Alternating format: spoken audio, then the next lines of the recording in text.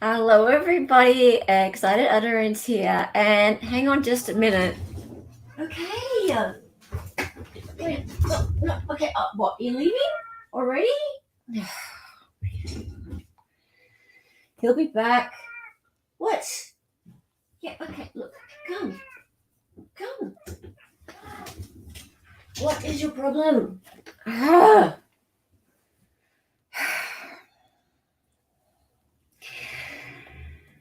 He's so temperamental at the moment. Say hi. Hello. Hi. Dear me. Okay. Seraph says hi, everybody. Hello. Meow. I think he knows cats do not suck, David. He knows that I was about to go live, and he wasn't. Look, I even left the door a bit open for him so he could get in because the dog's not around right now. Yeah. Okay. Right. Okay. Fine. This is his problem at the moment. He's usually such a happy little guy. Anyway, hi everybody. Good to see you all. Excited Utterance here. he loves his mama. Do you love me? Or are you just trying to annoy everybody and me? No, you love me. Yes. Hey. Can't hear me? Can you hear me all right? Sorry, guys. He is huge, isn't he, Sean Marie? He's a big guy. I know. Like, look at him. Look at you. He's a big load of cat. All right. Now, yeah, it is a little one case. Can you guys hear me okay? Can you? All right. David, I know you say you don't like cats, but I've seen you with that cat and you seem to get along pretty well. Hey, God. How's it going, God? All righty. And hi, Christine. Hi, Gabby. Hello, Snivels. Good to see you, Snivels. Shell Marie, I know you've been looking forward to this one. It's great to see you. And look, you've got your Sebastian Rogers t-shirt profile pic. You are all set for this one. It's great to have you here for a live. That's wonderful. And Salty Dog, hello, and hello to Hella the dog. Look at your profile pic. Yay! All right, let's bring Darling in. You're muted. Well, unmute me, woman. How are you? I feel like I have all the power. Hello. I'm okay. Where's Babu? Babu just ran into the bedroom. Junior's on the couch. That's other Babu. Other Babu. You know they're both called Babu, right? Junior's just Babu Junior. Yes. And so this one just goes, where's Babu? Where's other Babu? Okay. All right. Kalbarish is here. Hello. Stray is here. Paige is here. Oh, it's so good to see you all. God is good today. You're all blessed. I love it. Hey, Josie. Christine, what's wrong? You can't hear me. I think everyone else can hear me. So have a play with your audio settings. Could someone please message Christine and see what's wrong? Can you hear me? Okay. I can hear you. I can hear you. Yeah. Okay. Christine. Everyone else can hear.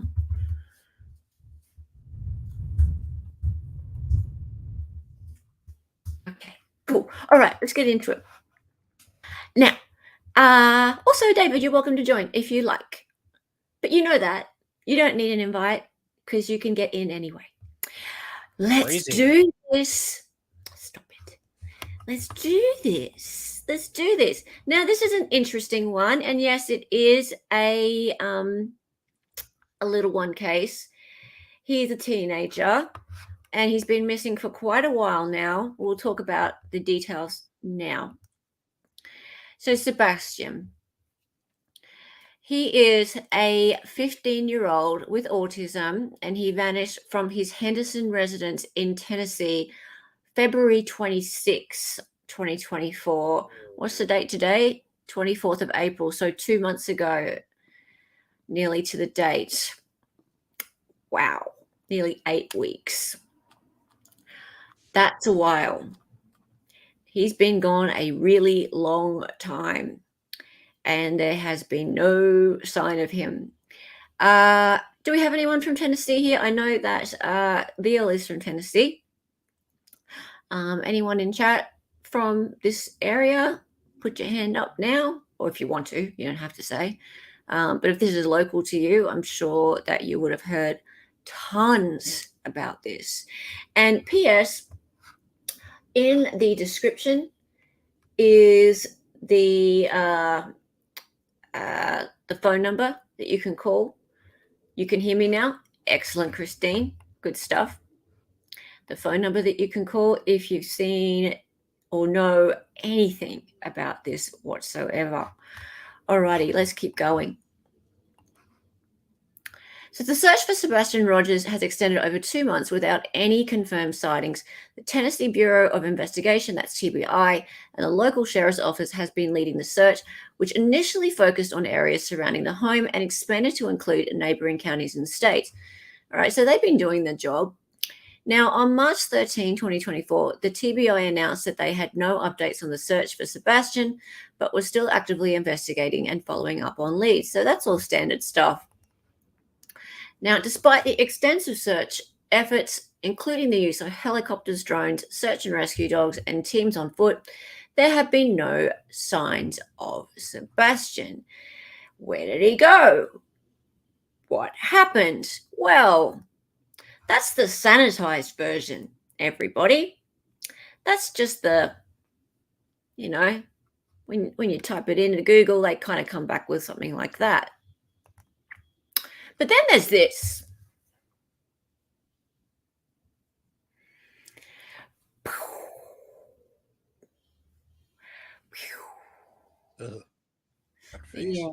Yeah. Nancy Grace, not the boy. Yeah. So, and this is why I wanted to do this stream. Time to venture into the toilet. Half Irish. This is why I wanted to do this stream. Honestly, I'm not kidding myself here. One day I'm going to have thousands of people in my chat. Like, give me a couple weeks. I like to say that. I'm serious. It can happen pretty quickly. But I have my big moment. But I don't want it to be because of something like this. There are a lot of channels out there who thrive on sort of this sort of, what do you call it? Horror kind of tainment or tragedy-tainment, let's say. Tragedy-tainment. Yeah. Yes, half Irish? Let's see. I went looking for just a background video, and there's too many videos from psychics and Nancy Grace and throwing mud. Oh, you don't even know the start of it. You don't even know the start of it. And Jean-Marie, I'll give you a little bit of a shout out. Yeah. Oh, are you from Tennessee? Sorry, I missed this. You're from Tennessee. Awesome. I'll give you a bit of a shout out.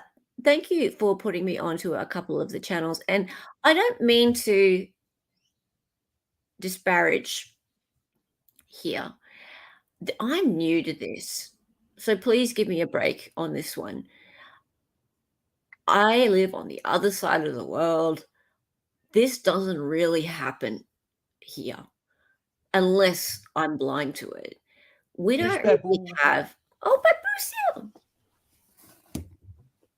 Ow. Right. Unless I'm blind to it, this doesn't really happen that much here. right? So this whole idea of a kid going missing and people deciding that the parents are suspicious, and then rather than leaving it to law enforcement, the YouTube community just going after them with pitchforks. This is to me, right? Like, for me to sit there and go through scroll through and actually watch real people going into these chats and leveling actual allegations at these parents is wild to me. I've never seen anything like it. It's brand new. So that's just America, unfortunately. Well, okay. Yeah, anyway, so I'm going to show you a bit of it today.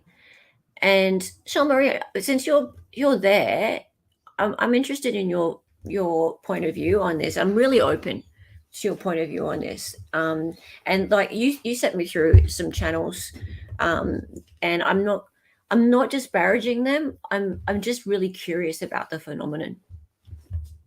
Okay, so and by the way, I watched that Dolly one that you sent me, and they seem like nice people. Oh, you're in Louisiana. Okay.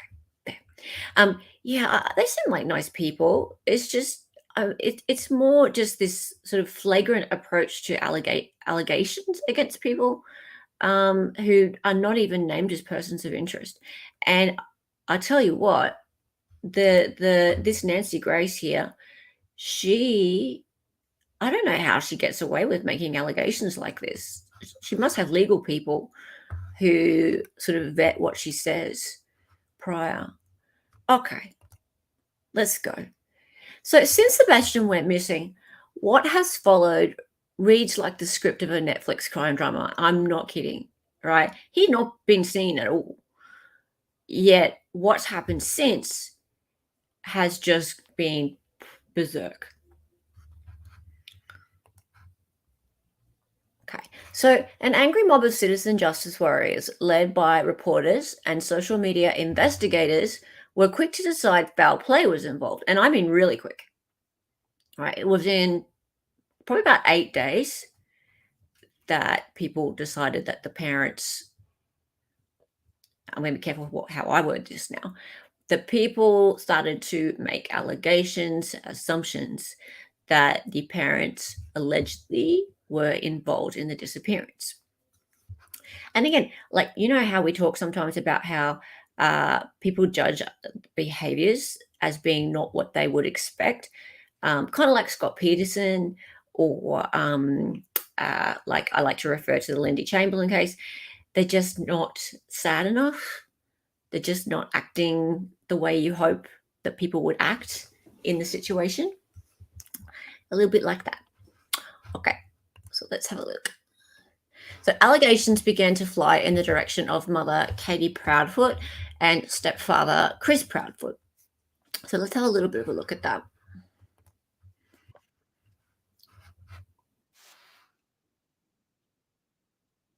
Muted. Yeah. No, it's muted. It's not muted. Is it muted? Yeah. Oh, okay. Sorry. That's fine. I'm like, it's not muted. It's fine if it's muted. That's all right. I can just double click it. Oops. No, I don't joke about that. You don't joke about that. I don't joke about that. No, because I once did it to Mo as a joke, and she like freaked out and like, oh my God, I'm sorry. And I'm like, no, I was kidding. Okay. So I don't make a joke out of that. No, that's fine. Unless it's Sean. Unless it's Sean. Okay, so what I can do is this. Can you hear that now? No, I'm sorry. Still can't? Okay, that's fine. So I'm just going to, oh dear. This is going to be fun. Did you present audio? Oh, it's my Canva. So actually, just a minute. I might be boomering, guys. Just a second. It's okay. I knew I was right. I am presenting count. I am. With audio? Yeah, of course I am. Hang on. Let me try again. Can you hear that? No. All right, never mind. It's all right. I fix it. No worries. No worries. No worries. A little worries. Mm-hmm. So, guys, chat. How are So, you guys chat. doing? Are you guys having a good day? Are you? Oh, God. No.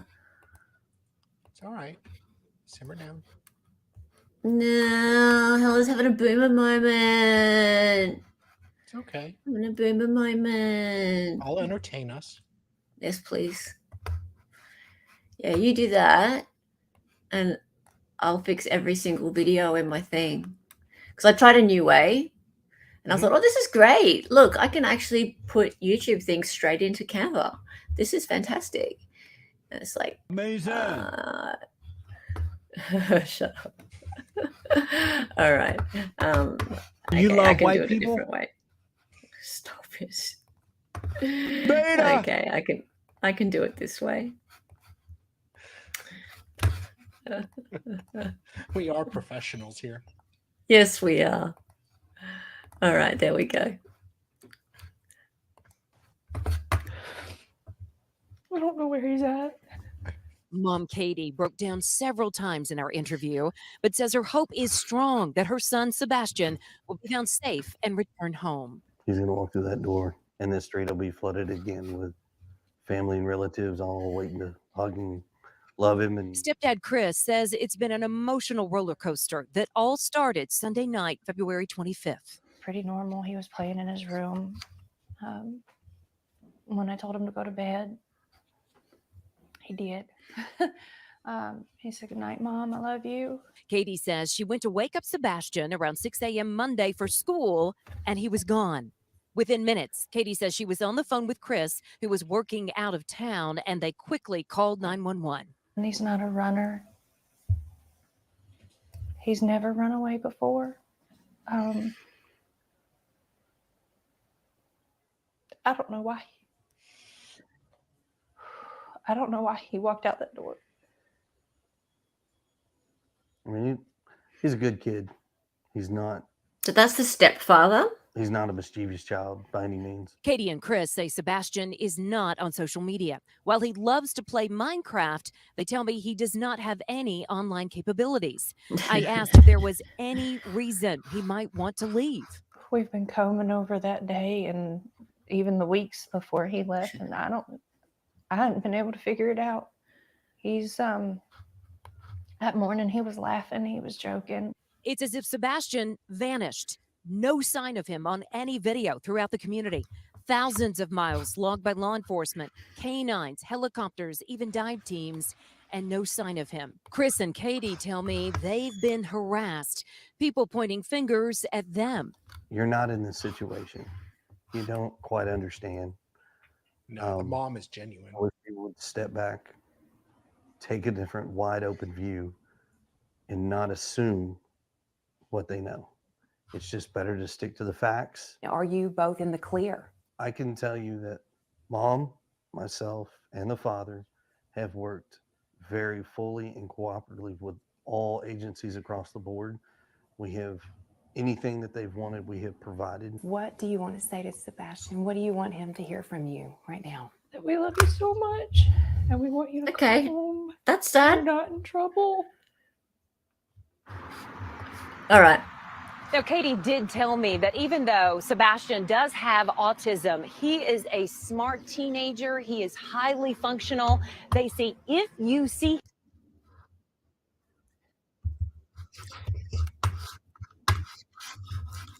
Okay. I don't know why I can't press pause. I'm still hearing this in the other tab, which is really annoying. But anyway, just a second. I'm sure we can. Okay, fine. All right, moving on. I just need to bring this back to Yeah, cool. Okay, Yes, so Gavin. 15. Harold 15. Yep. Okay, so that interview caused enough stir, obviously. Here's the thing, right? I don't really have a problem with that interview, but look, that you can see that these are screen captures from that interview, and look what happened. So the body language panel. I didn't get any weird vibes from it. Not really, no. Under suspicion.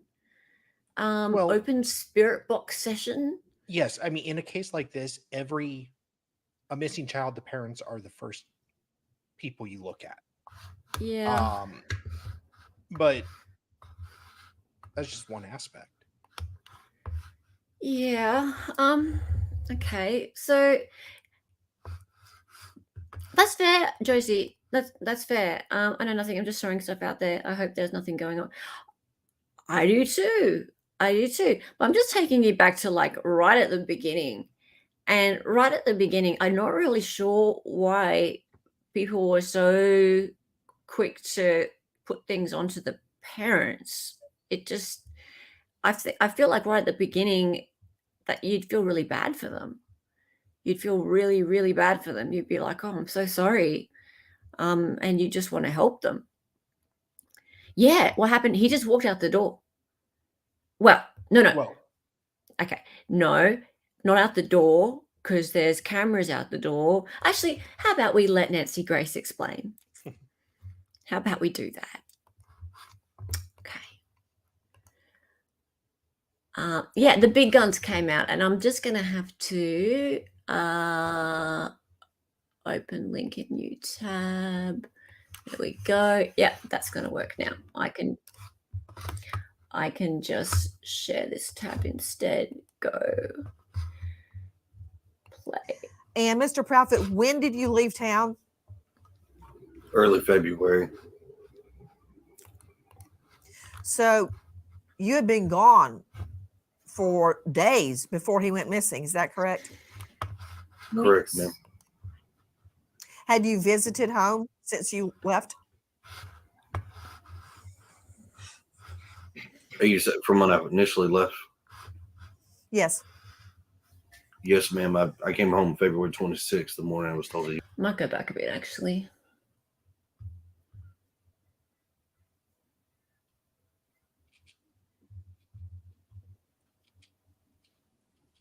Now, this interview, it bothers me. Here's the reason it bothers me so much. It comes off to me like a police interrogation, right? So that's my biggest issue with this. And she's not the cops. It would have been Sunday, if I've got the information correct, that you guys went out, you went to dinner, you went to somewhere, I believe you said BJ's, where he had a quote colossal popcorn. Then you came home that night, and around 9 p.m. you tell Sebastian to go to bed. He says okay, he goes to his room. Is that correct? Hey Phil, how's it going? Yes, ma'am. That night, I understand from previous statements you've made that you went to bed around midnight. Is that correct? It is. And to you, Mr. Proudfoot, Chris Proudfoot, did you also go to bed at midnight or before or after? No, ma'am. We went to bed around the same time as we were on the phone together. And He was not home. please excuse any of my questions. I'm simply trying to find out more about that night. Do you two sleep in the same bedroom? He wasn't actually in the home at all that weekend. Interesting. Christopher You were wasn't. not home. No, ma'am. Okay. So where were you, Mr. Proudfoot? I was in Memphis, Tennessee. How far away is that? 3 hours and 37 minutes from doorstep to doorstep. And what were you doing in Memphis? Working. Where do you work? I'm currently working, or was working, at the St. Jude Children's Hospital construction project. Yes, I'm very familiar with St. Jude's. You said you were working there. Are you no longer working there? Right now, that's up in the air. Well, you've been gone ever since Sebastian went missing. So I understand. When you are home, do you two sleep in the same bedroom? Yes, Are you ma'am. personal? Is this a 3-bedroom home? Yes, ma'am. Do you love white people? Where is your room as it relates to Sebastian's room?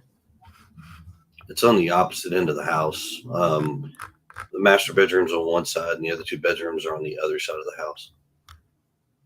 Okay, so your master bedroom is on one side of the house and Sebastian's room is on the other side of the house. Is that correct? Yes, ma'am. Okay. Now, you have a 3rd bedroom that I believe you keep for your other daughter. Is that correct? Yes, ma'am. Is that Faith? Is your other daughter named Faith? Yes, ma'am. Okay. So where is Faith's bedroom as it relates to Sebastian's bedroom? It's in the back side of the house. Sebastian's bedroom is So on the it's- front side of the house. Okay. So his bedroom is away from Faith's bedroom and away from your master bedroom. Is that correct? Yes, ma'am. Is Sebastian's room on a top floor or a ground level? We have a ranch style house. It's a 1.5 story. So everything is flat, and then you have the bonus room above the garage.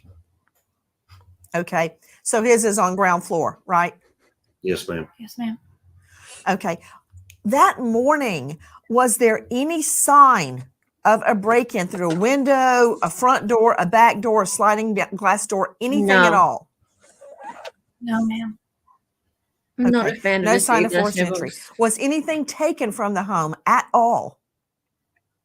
Not that we could find anything. We couldn't find anything I missing. don't think she was. I want to circle back to Sebastian's shoes regarding if anything was missing. Do you have a burglar alarm? Who does this No, ma'am. woman think she is? Do you have a Ring doorbell cam? No, ma'am. Okay. Have the 2 of you taken a polygraph? I have. I have not. Would you be willing to? I've offered and volunteered on many occasions to take a polygraph, and I was told directly by law enforcement because of my whereabouts, I did not need one. Oh, okay. Here we go. I understand. Miss Proudfoot, did you pass your polygraph? I did. Oh, for God's sake. Those questions out of the way. Was Faith in the home when Sebastian went missing? No. No, ma'am. Does anyone else have a key to your home beside your immediate family? No. No, ma'am.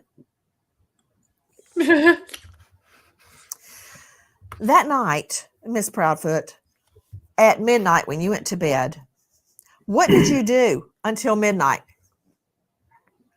I had been reading a chapter that I needed to, and I had been talking to my husband on the phone. I was falling asleep on him, so that's when he told me it was around midnight. He told me to go ahead and put the dogs up and go to bed, and that's what I did. I got up, put the dogs where they sleep, and then I myself went to bed. Where do they sleep? They have a big pen. Yeah, that's okay. Kind A of. pen, is it inside or outside? Inside. Inside. That reminds me of another question. Do you guys have a motion sensor light or lights on the outside of your house? Yes, we do have lights on the outside of our house. Did they activate that night? They're not motion censored. We have lights. Were they but not on that motion night? censored. No, Okay. ma'am. Were they on that night? So the lights were out the whole night? Yes, ma'am. We don't typically turn the floodlights on. Were there any lights outside the house on at all? Just my little solar lights that we have in the garden. There's Yep. 2 lights on the side of the house above the garage that are on at all times. Oh yeah, those are on. Oh, there's a light above the garage. It's on at all times. There's 2. Yes, ma'am. Okay. So those lights were on. Yes, ma'am. Okay. The reason I'm asking is because I heard you say earlier, Mr. Proudfoot, that your neighbors have been very, very forthcoming with their Ring camera info. And I was Yes, ma'am. trying to determine if any lights were on, what, if anything, they may have caught. But I understand from your previous interviews that nothing of any evidentiary value was caught. And also, in another statement you gave, I understand that the video of the 2 flashlights, and I'm saying that with air quotes, that's not exactly what that was at all. We now don't believe that 2 flashlights were observed around your home. Is that correct? Yes. You're very correct. Okay. Question regarding your vehicles. Ms. Proudfoot, what make and model do you drive? I drive a Infinity SUV. Year? Year. 2017. And sir, what do you drive? I drive a diesel truck, Chevrolet. Yeah. Year? I don't remember off the top of my head. I think it's a 2021, I think. Guilty. So your Infinity SUV was parked in the garage or outside the garage that night, Ms. Proudfoot? In the garage. In the garage. Guilty. And Mr. Proudfoot, your vehicle was on location in Memphis. Is that correct? Correct. Okay. So there's only one car at the home. Is that right? There was actually a work vehicle in the driveway at the time as well, but it hasn't moved. We can't give out that information because we don't have permission from her work. I don't understand that. What? What? About the make and model of the vehicle. How dare you? I have a work van that was also parked in the driveway. Why is that? If it's out in the driveway where people can see it, why is that privileged information? We just don't have permission from her company to divulge that information. Have you asked? No, ma'am, we have not. Nobody's asked us So that. that question, was- to be honest with you. Okay. So you have a work van. Question to you, Ms. Proudfoot, what do you do for a living? I am an installation technician. Insulation. She could hide a body in insulation. That night, was the work van blocking your driveway? Could someone go in and out of your driveway? Oh, Cheryl Marie, I've heard. The van is parked at the back of my driveway, so someone can pull in. Hang on. Yes. Wait. Got it. Pause it. Do you? Cheryl Marie, I've heard people saying she works for a security system company. How could she not have Ring cameras and security cameras everywhere? Guilty. Park your Infinity SUV in the garage or outside the garage? In the garage. In the garage. Do you have an automatic garage door? With the clicker. Right. Do you leave that up or down at night? Down. What? Leave Could it up. anybody lift it up? Like, is there an on and off button outside, or do you have to know a code or have the clicker to open it? Finally, You'd have to know the code or have the clicker. let's look at the kid. Does Sebastian know the code? Not to the garage door, but to the man doors. Not to the garage door, but to the house doors? The regular door, yes. So is there a code to get in your home, or do you use a regular key? Really, J-Rock? There's a code. And he knows that code. Yes, ma'am.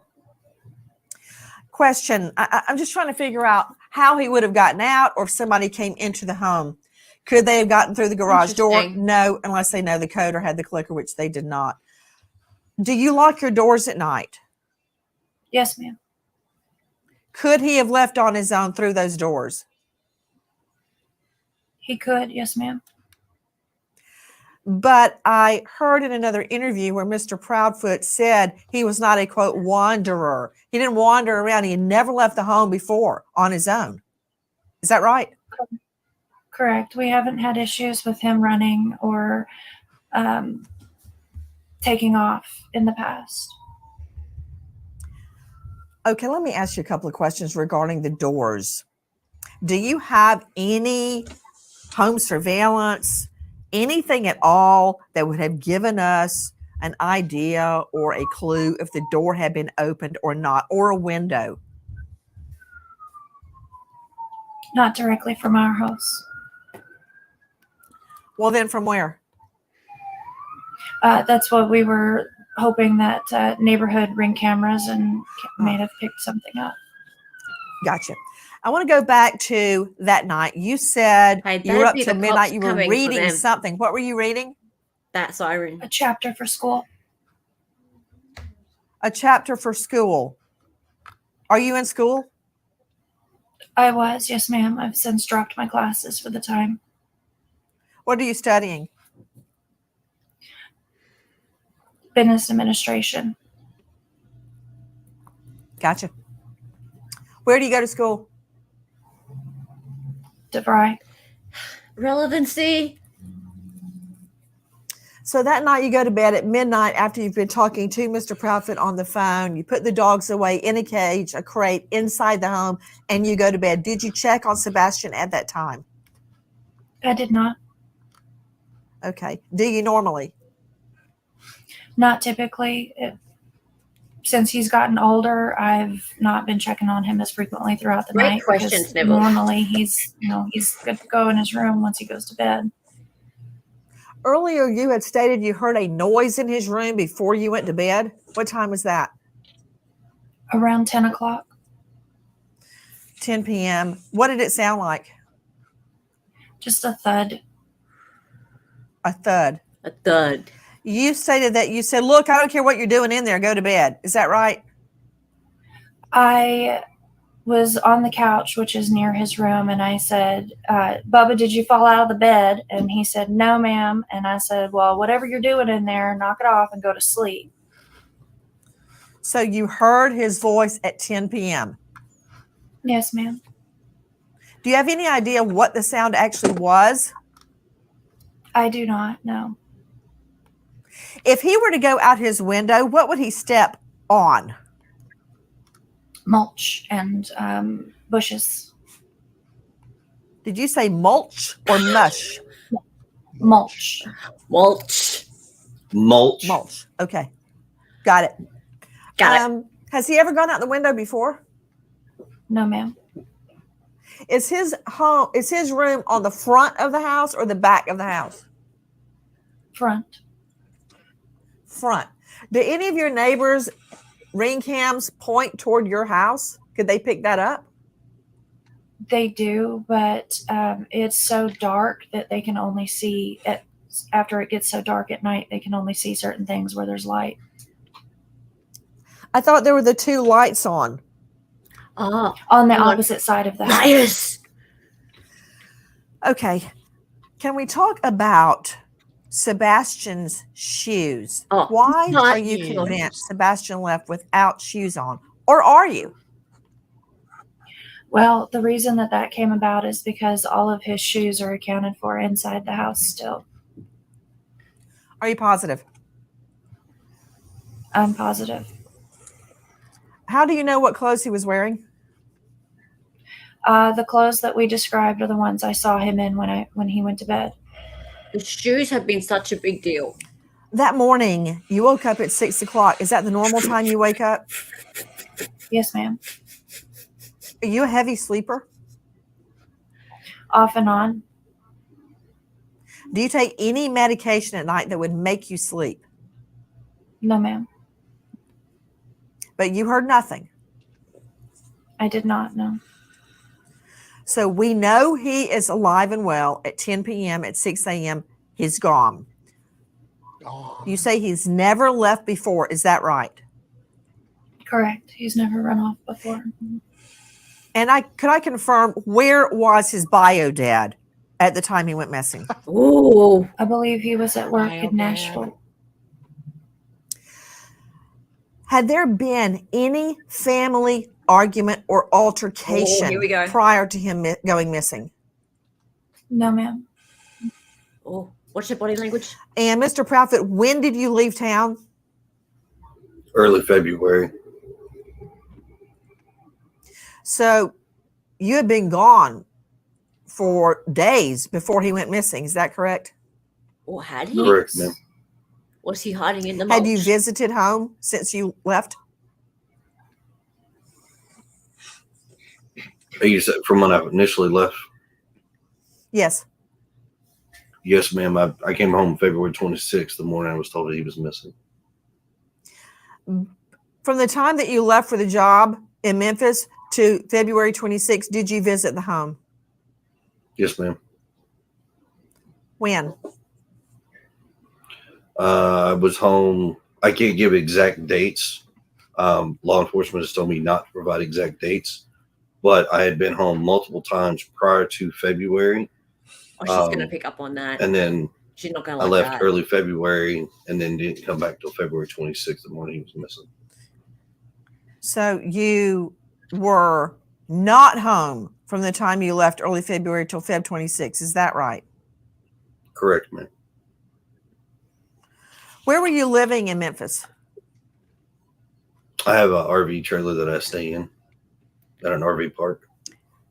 Is that where RV they're park? sitting right Okay. now? Because they look like Following they're back in a up trailer. on that morning, you search the home, Miss Proudfoot. Then you get in your vehicle and you start searching. Did Sebastian know how to drive? No, ma'am. God, I'm really Was sorry your to car in subject the you to same this. location Okay, when you woke up that morning as it was the night before? I'm Yes, done. ma'am. Has your car Moving. been Because you can see searched how by long this goes police? for. Look at this. Multiple times. Yes, ma'am. By the way, people kept replaying this part. Okay, let me The ask you a part couple of questions about regarding the doors. The doors and the lights. Do you have any? This part? People were really interested in the surveillance cameras, and the lights out the front. So you can see. I'm always interested to see what people replay a lot, and it's that part about the surveillance cameras and the lights. So just FYI. All right, moving on, because I'm sorry that I had to show you so much of Nancy Grace, and unfortunately, it's not the only video. We're not going to watch as much of the other ones, though. Yeah, Josie, I think they seem pretty honest. I don't see how that is groundbreaking. I think she is nasty, though, Nancy. And like I've said to a few other people, I have looked in some chats and I've been shocked that there's been people who've been like, she didn't go hard enough on them. She should have gone harder on them. And it's like, what? Why? I don't. She's not the cops. I'm sure the cops have like interviewed them at length. Yeah. She's as abrasive as Gloria Aldred. I've seen a Gloria Aldred as well. And J-Rock, that's really interesting. The court overturned the conviction in that case. Hang on, I'll just go back. Grace was reprimanded by the Supreme Court of Georgia for withholding evidence and for making improper statements in a 1997 arson and murder case. The court overturned the conviction in that case and found that Grace's behavior demonstrated her disregard of the notions of due process and fairness and was inexcusable. Very interesting. Very interesting. And why am I not surprised? They sat through an hour and a half of that. What else are they going to do? They're cornered. They're cornered. It's like being in an interrogation room. It's exactly the same thing, really.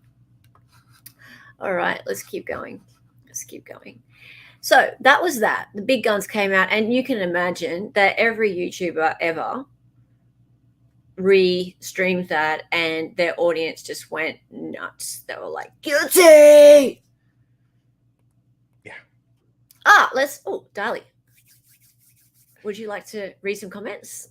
This woman too calm for me. ... I have a special needs son, and I would be in a mental hospital from worrying so much. I don't think I would be sitting talkily so calmly with no tears. I'd be on the floor sobbing. I wish I knew where he was, honestly, is the weirdest answer from a mother I've ever heard. The fact that she's willing to leave home to accompany her who's been back to work, but unwilling to leave the home to search for her missing child says a lot. No emotion. Not even anger at the questions. No red, puffy eyes. No fighting back tears. Total flat effect.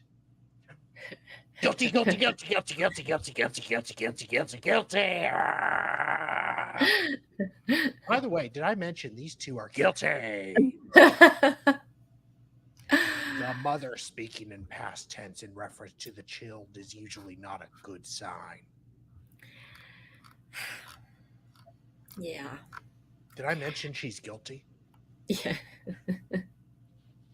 So yeah, that's directly from the comments on that video.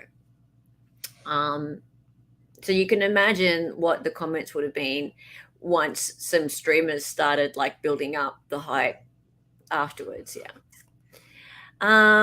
This woman's too calm for me. I wish I knew where he was, honestly, is the weirdest answer.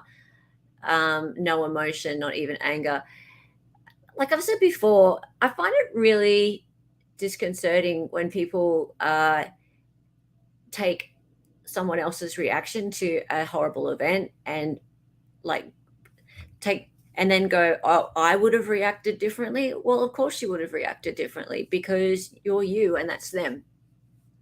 And also, like, they're at the worst time in their life, and then you put them like on television or in front of a camera. Of course, like, how do you really know how you would react then? And then to say that they've done something as heinous as, like, murdered their child or something like that, it's just terrible.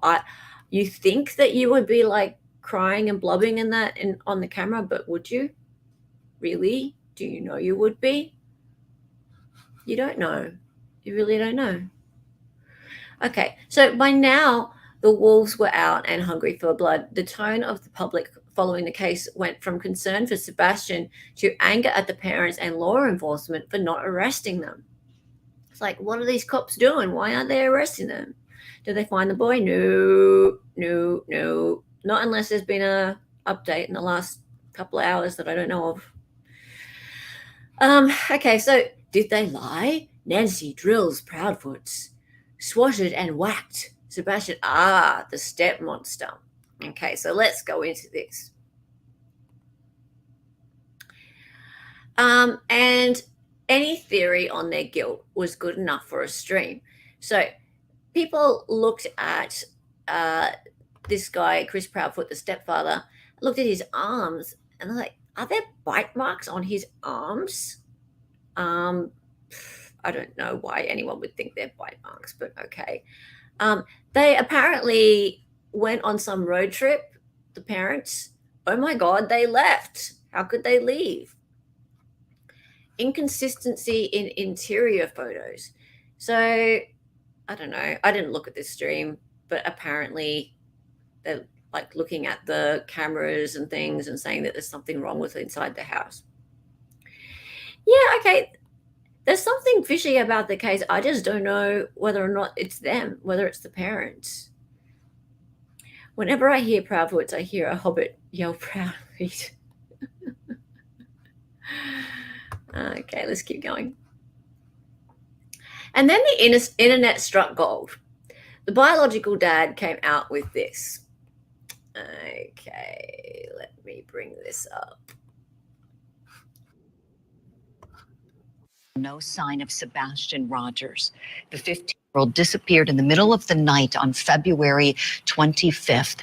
His mother was the last person to see him and says that he left the house without any shoes on and just a flashlight. So where is he? Searchers continue looking for Sebastian. And this morning, we have a very special guest joining us on the program, Sebastian Rogers' biological father, Seth Rogers. Seth, good morning to you. And might I just start by both saying thank you and just that my heart and the hearts of all of our wonderful viewers really go out to you. The agony that you're going through, I can't even imagine. I've seen you do some interviews, and I've been so amazed at how resilient you are. And you've talked about how nothing is going to make you give up hope. Tell us, please, where's that drive coming from? My son. He's my life. He's my heart. He's not here, and I'm not complete unless I have him. So it's the drive to be whole again. You know, I applaud you for holding out hope, being so resilient, being positive, and who knows what can happen with this investigation, and any day could be the day Sebastian comes home. From your perspective, Seth, how satisfied are you with the investigation being done by TBI? My son's not here. They have no evidence. They haven't. Sumner County is the one that's like doing it. TBI is assisting. I've asked TBI to take it over. They haven't yet.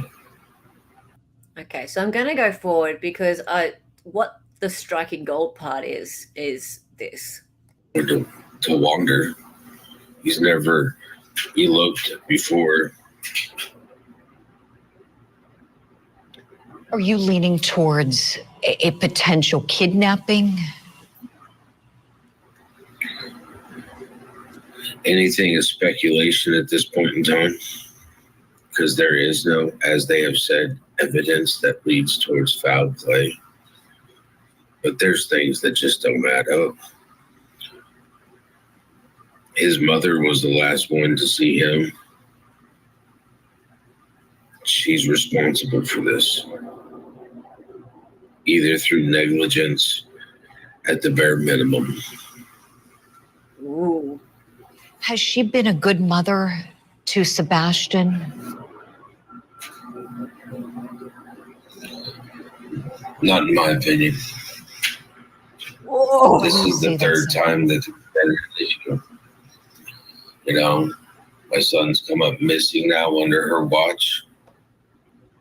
Time before that, her and Chris let my son get molested and raped in their apartment. And the time before that, I did a well-care check because she let a known sex offender who, yes, did their 9 years in prison, but she left my son around that person. You don't do that. If you're a parent, you don't do that. You're supposed to protect your kid. You don't put them in where they can get in any type of harm's way. Seth, you said something very upsetting, very shocking, and I just want to go back just a moment. You said that your wife allowed your son, Sebastian. Okay, let's just. No. So this is the biological dad, right? So the other guy, Chris Proudfoot, is the stepdad, right? So now this is the biological dad getting on mainstream media and throwing mud at the mother for allowing his son to be, and I'm quoting now, raped and abused on her watch, is what he said. And he's gone missing before, apparently, on her watch. and she's not been a good mother. Is what he said, and this is she is to blame, at least through negligence, was his words. And also, the other thing I'd just like to note really quickly is that, did you see this other footage back here? Chronicles of Olivia, YouTube, right? So this other interview back here was a YouTuber that was interviewing them, right? So they've been going on all these YouTube channels, and his name is Seth. Can't remember his surname. Sorry. Seth Rogers, of course, because Sebastian Rogers. Seth Rogers, whilst he's speaking here on mainstream media, he continues to go on YouTube channels and things like this. So all these people start to sling mud at one another on YouTubers' channels who are chasing these people down to talk. And chasing views. Of course, chasing views. That's all they do. Parent, you don't do that. You're supposed to protect your kid. You don't put them in where they can get in any type of harm's way. Seth, you said something very upsetting, very shocking, and I just want to go back just a moment. You said that your wife allowed your son, Sebastian, your ex-wife, I should say, your ex-wife allowed Sebastian to be in a situation where he was molested and raped? In California. And Chris in her apartment. They let a child who was 5 years older than my son play with my son and didn't bother to check on him there neither. And he lost his innocence because of it. Seth, I'm so sorry to hear this. I'm so sorry to hear this. No child should be subjected to any kind of abuse whatsoever. Sexual abuse can be especially traumatic for a young child. Is this something that Sebastian has struggled with since then? Yeah, I finally was able to actually start getting him therapy for it last year. The fact is that they weren't doing the correct thing, clearing California. And it's just last year finally getting him help because he's a victim. And now I'm finding out not only was, he was a victim of that, he's a victim of not getting the help he needs. And, I've listened to some of their podcasts where they make fun of him. Make fun of his dancing. Chris obviously has this thing about corporal discipline with him. And it's just...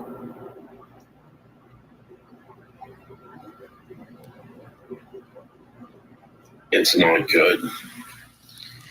Seth, I'm so sorry. I need to find my son.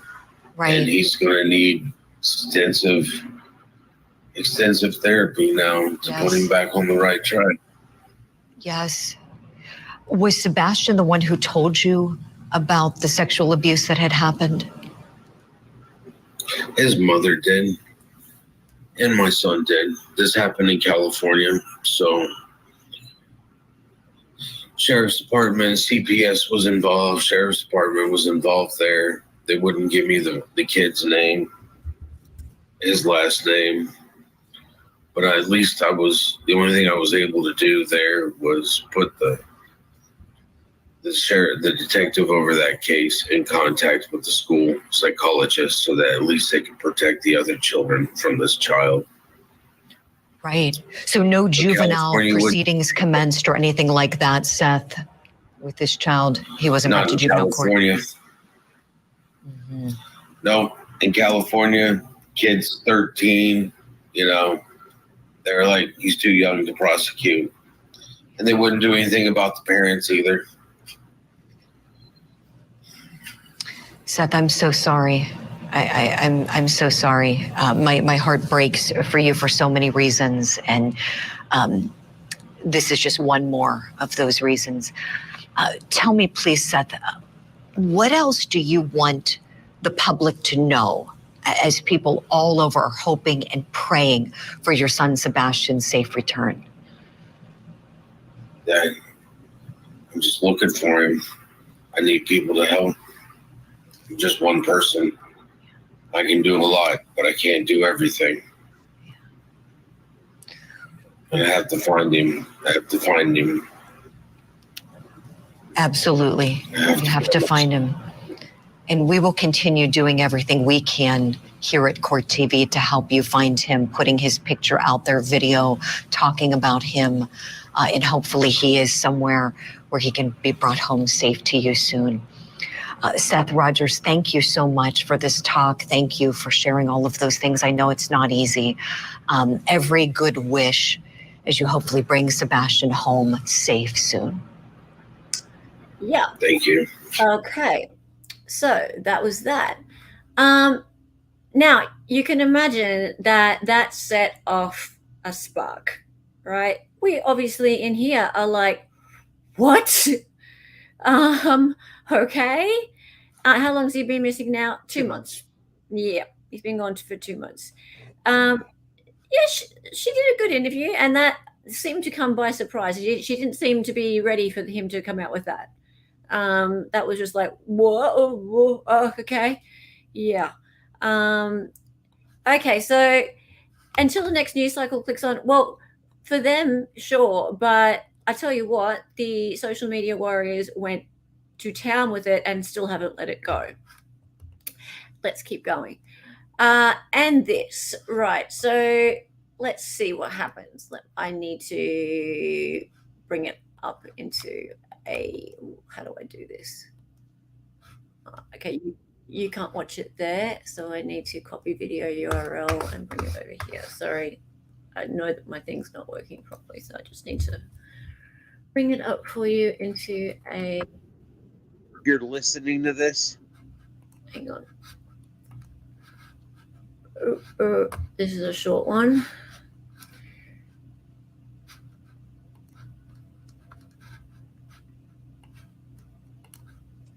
Hey, Chris Proudfoot, if you're listening to this, you can't hold that over my head. I told you.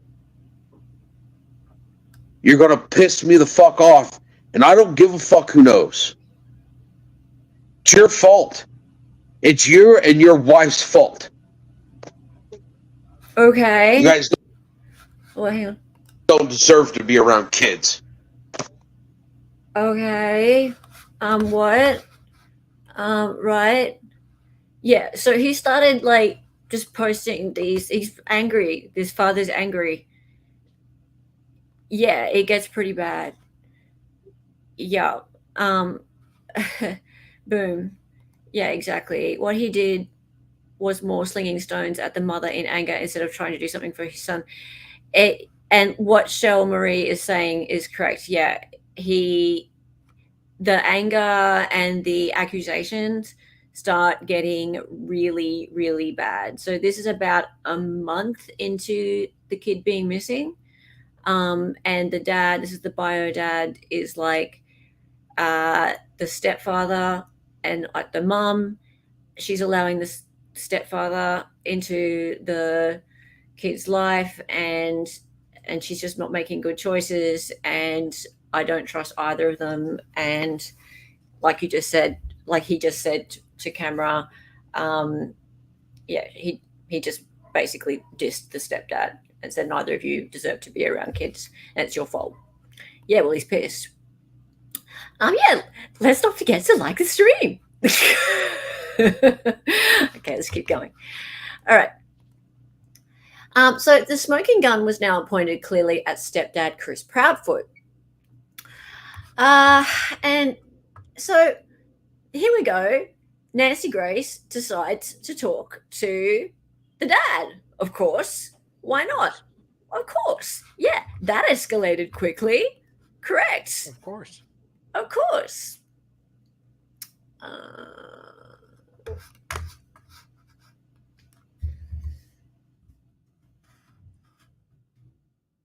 What's up? Wrong one.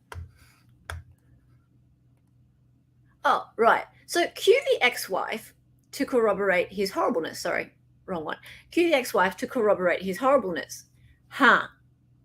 Now, whenever something like this happens, the YouTubers go looking for other people that they can interview to drag this out more, right?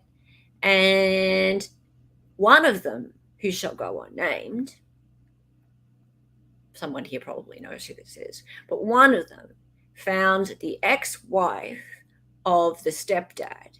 So let's just keep this, everyone stay with me here. Remember who the stepdad is.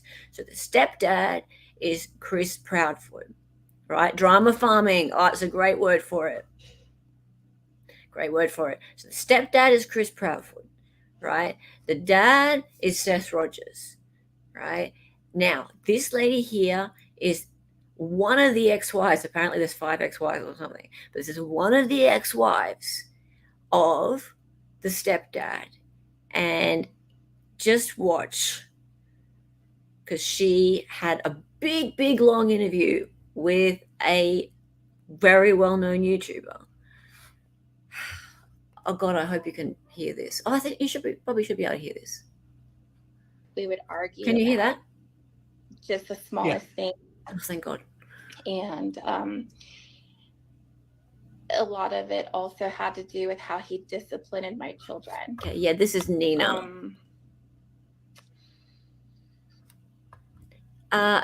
Views, Sean Marie. I'm very protective over my kids.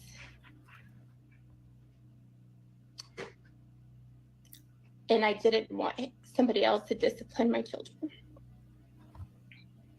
I didn't want him talking ugly to them. Hey, John. Or hurting their feelings. And I remember one point in time where Christopher spanked my son really hard, and I got very upset with him, and I said, you can't do that to my son. I said, he's 3, he's a baby still. Like, you can't just do whatever you want. I mean, and he got upset, and he's like, well, you know, he needs to learn. He needs to man up. He's a man. I said, he's 3. He's 3. Hey, Susan. And as time went on, like, I could see him getting more aggressive and more aggressive. Correct, Gabby. The pain that Christopher and his family has brought to my family is pain that we'll never forget. Pain that we live with every single day of our lives. And I remember that very clear. I'm suspicious. Sorry, I'm a bit skeptical about this lady. I'm just a little bit skeptical about her. Yeah, he's been married 5 times. Correct. Yeah, she's ex number 4, Shell Marie.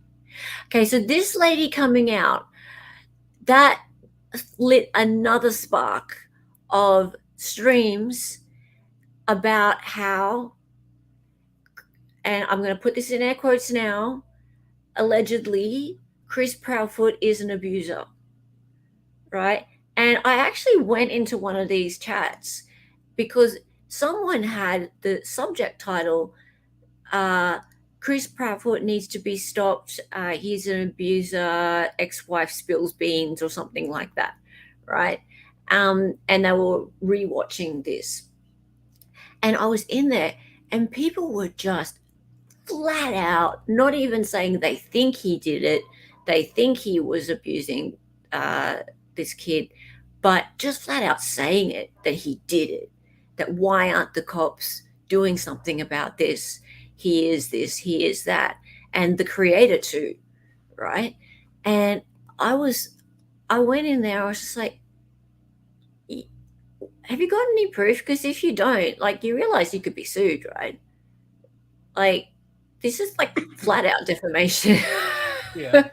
Like, if it's true, then, like, I mean, I'm not a lawyer, but as far as I know, like, there's a truth defense in that if he's found to be like actually the person who did this, then you're fine.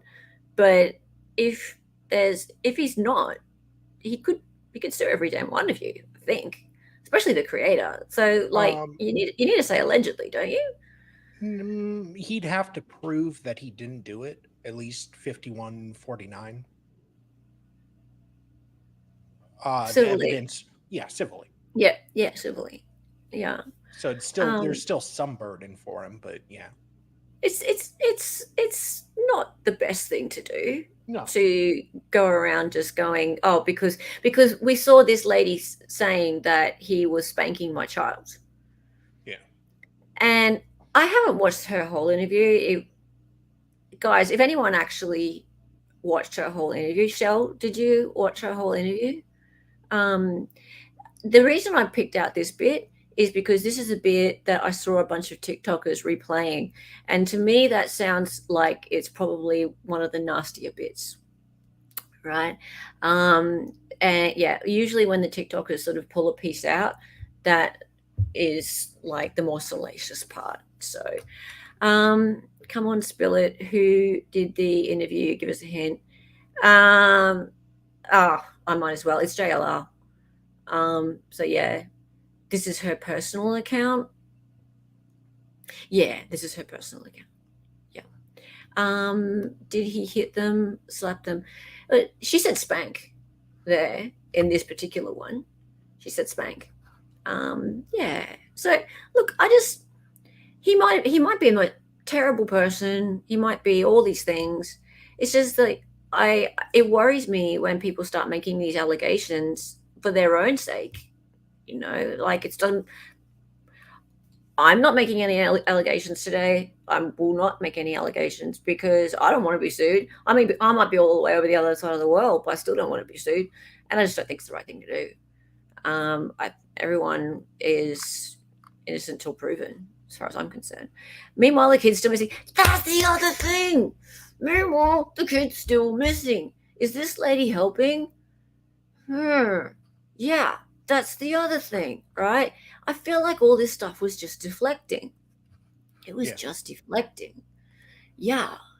And of course, Nancy was back on it. So let's see. Copy video URL. Let's see if I can get this working now. Boom. Here we go. Yes, we do. We can get this working now. Get some sound happening. I have so many questions for you, but we're running out of our time together for today. But I want to ask you this. I was listening to a statement of one of Mr. Proudfoot's wives. I believe there have been 5. I'm not judging. I don't care who marries who or doesn't marry who.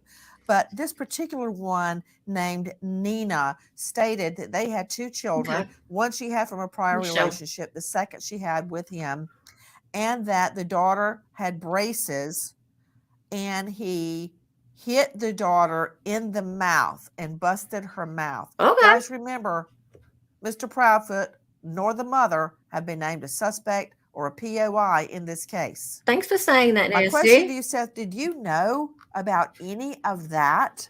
I mean, she's on tape saying it. I watched her say it. Did you have any idea that there may have been other issues of violence with children? No, ma'am, I didn't. And I know that Chris has been in Sebastian's life for a while now, before me and Katie were divorced. So Has Sebastian ever said to you or tried to communicate to you abuse in the home? No. He's on multiple occasions sit there and has told me he doesn't want to go back. And I've asked him, why don't you want to go back? And he wouldn't tell me. He didn't say why. He was just like, I just don't want to go back. And it's, at that point in time, I'm just like, okay, well, maybe it's the freedom that he gets at my house. and he's a teenager. And now I'm finding out a lot of this stuff, and I wish you had told me. Hang on. Nancy, if I can jump in for just a second there. Okay, all right. Hang on a minute. Does she cry, Jung? I honestly, I don't know enough about Nancy Grace. Like, she's not a thing here. Does she cry? Really? I would think, like, she seems like bulletproof, like emotionless to me. I would never think she'd ever cry. Interesting. Okay. So yeah, she was back on it. Now look at this. Yeah. Meanwhile, everything the Proudfoots did or didn't do was indicative of their guilt. Now look at this. Now look at this. Chris and Katie Proudfoot have locked their FB accounts to the public. Wow, how guilty. Now look at this. Now look at this.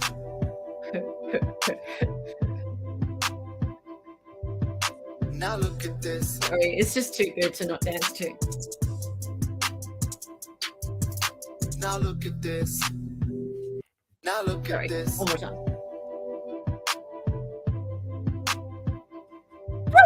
Now look at this.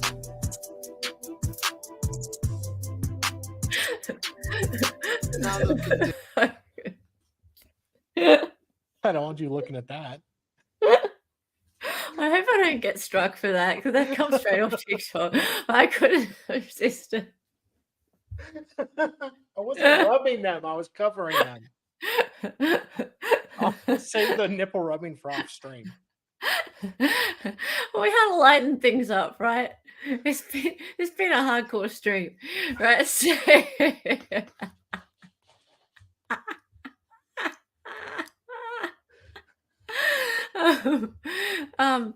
anyway, hey Nina. I just found this TikTok hilarious. I was looking for some of the ones about how the Proudfoots or Proud Feet, they're not proud, yeah, whatever. They're not looking, because people kept whining about the fact that they're not looking for Sebastian. How could they not be looking? In fact, there were a few posts about them going out for dinner. Like, people like followed them and took photos of them, like going out and having breakfast and stuff like that. Well, how could they go out to eat? If I were them, I couldn't eat. Things like that, you know? It's like, are you serious? Well, biology doesn't work that way, sweetie. Yeah, that plus stop it. Like leave them alone. What are they supposed to be doing? Like going into the woods by themselves, looking around every tree? You leave it to the professionals. Or maybe they are devastated and missing their child. Like, maybe they want to grieve in private, or maybe they're just hungry.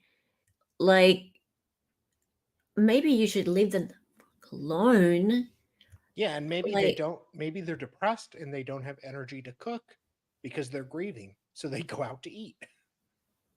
That absolutely, Shelmarie, this really drives me nuts. I'm very upset about this part, and I don't know if they're involved or not, but this has been right from the beginning. And yeah, they've been harassed and followed by YouTubers, and I mean, absolutely, YouTubers have flown into Tennessee, literally flown into Tennessee, and harassed them, stalked them. They did this exact same thing with Casey Anthony, and it turned the trial into a circus. They had psychic dog handlers. And Jose Baez brought it up in opening statements and just mocked how absurd the case was. And all the characters that showed up to the people who were investigators that just wanted to like get attention, that Jose Baez had to like manage and push to the sidelines. Feels like the beginning stages of Casey Anthony type things. Yeah. It's almost like they want, I'm sorry to say it, but it's like they want these people to be murderers. Oh, Like yeah. Letitia Stalk. Like they're following it around like they want this woman or the dude to be the next Letitia Stalk. That would be ching for them. Then they've got years of it. Then they've got arraignments and they've got hearings and then they've got like exhibits and the whole bit, you know. If the kid actually gets found, then it's over. It's done. Everything's fine. Poor them. If that Yeah, poor happens. them. I'd hate for that to happen to them. So Oh sad. yeah, that'd suck for them, wouldn't it? That would suck for them. Yeah, poor them. Then it's done. Because you should see the amount of views on these videos. You should see. They're ridiculous. They're hundreds of thousands of views on these videos. They're nuts. All right. I mean, what the hell's is in the wrong business? Yeah. Anyway, moving on. So wait, what happened to everyone searching for Sebastian? Remember that? Yeah.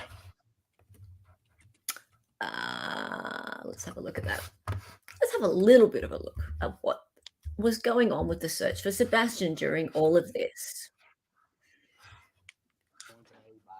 Susan Nyland, SUSAN-NILAND, of the Tennessee Bureau of Investigation. She's the PIO. I also have with me Sumner County Emergency Management Director Ken Widener, KENWEID. I'll just fast forward a bit. You guys ready? The entire community is deeply saddened by what has occurred. We're all extremely concerned for Sebastian's welfare. I want to encourage the community to stay vigilant, to report anything that they think may be of some significance to the investigation, no matter how minute it may appear to be to you. Please call 1-800-TBI-FIND with any tips, or the Sumner County Emergency. He does have a good accent, hey? At 615-451-3838. We understand the anxiety and the concern that this case has caused in the community. We too share the anxiety and concern for Sebastian. I want to reiterate that we are doing everything we can to find Sebastian and bring him home. Despite the passage of time, the commitment to finding Sebastian remains unwavering.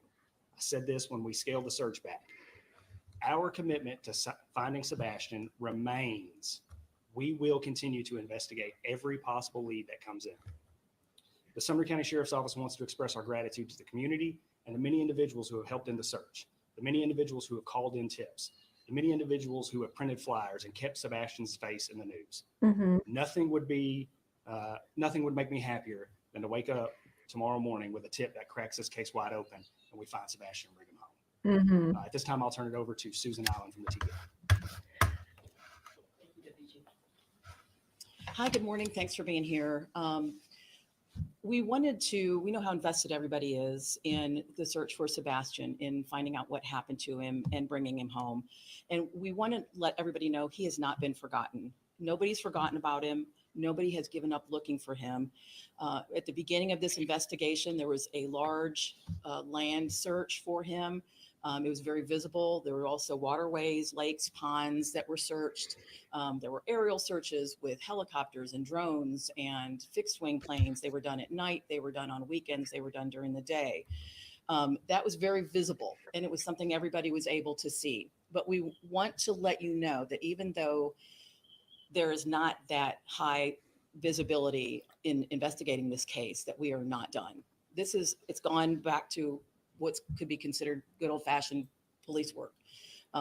Interviewing individuals, re-interviewing individuals, checking out leads, rechecking leads. We have been working with other law enforcement agencies who have had in other jurisdictions. They've been under a lot of cases of their own that they have worked on to get tips from them. We have. There's been a lot of criticism this day of technology, with everyone having cell phones that they're and not doorbells searching and ring bells and surveillance cameras. That, as you can imagine, has been a bit of a chore to be able to collect all those and then review them. It's important so we know what's out there. Sorry. Yeah, sorry. I was just going to flick forward a little bit. There's been a lot of criticism that they're just not searching. We don't see them searching. Why aren't they searching? And that the people are saying that the social media is doing a better job of investigating than the police, right? So they're coming up with better tips. They are they're the ones that are working out what's going on with the suspects than the police. And why won't the police just charge the parents? In fact, someone even suggested that there should be some new law made called Sebastian's Law, that any child that goes missing, who's like has some impairment, can't fend for themselves, should automatically be a criminal investigation right from the start. It shouldn't be a missing child investigation. It should be a criminal investigation. So let's just have a look a little bit further. We come up with theories almost daily and try and investigate and make sure that we're doing everything we can to find Sebastian. Share any of those? No, sir. Two questions, if I may. Have you ruled out Sebastian's mom's and stepdad's This bit. involvement in this case? And as a follow-up, have you cleared their alibi? I think the TBI said it best. They've been nothing but cooperative with law Ha. enforcement since day one of this investigation. There is no evidence to support foul play on the part of Sebastian's parents. There you go.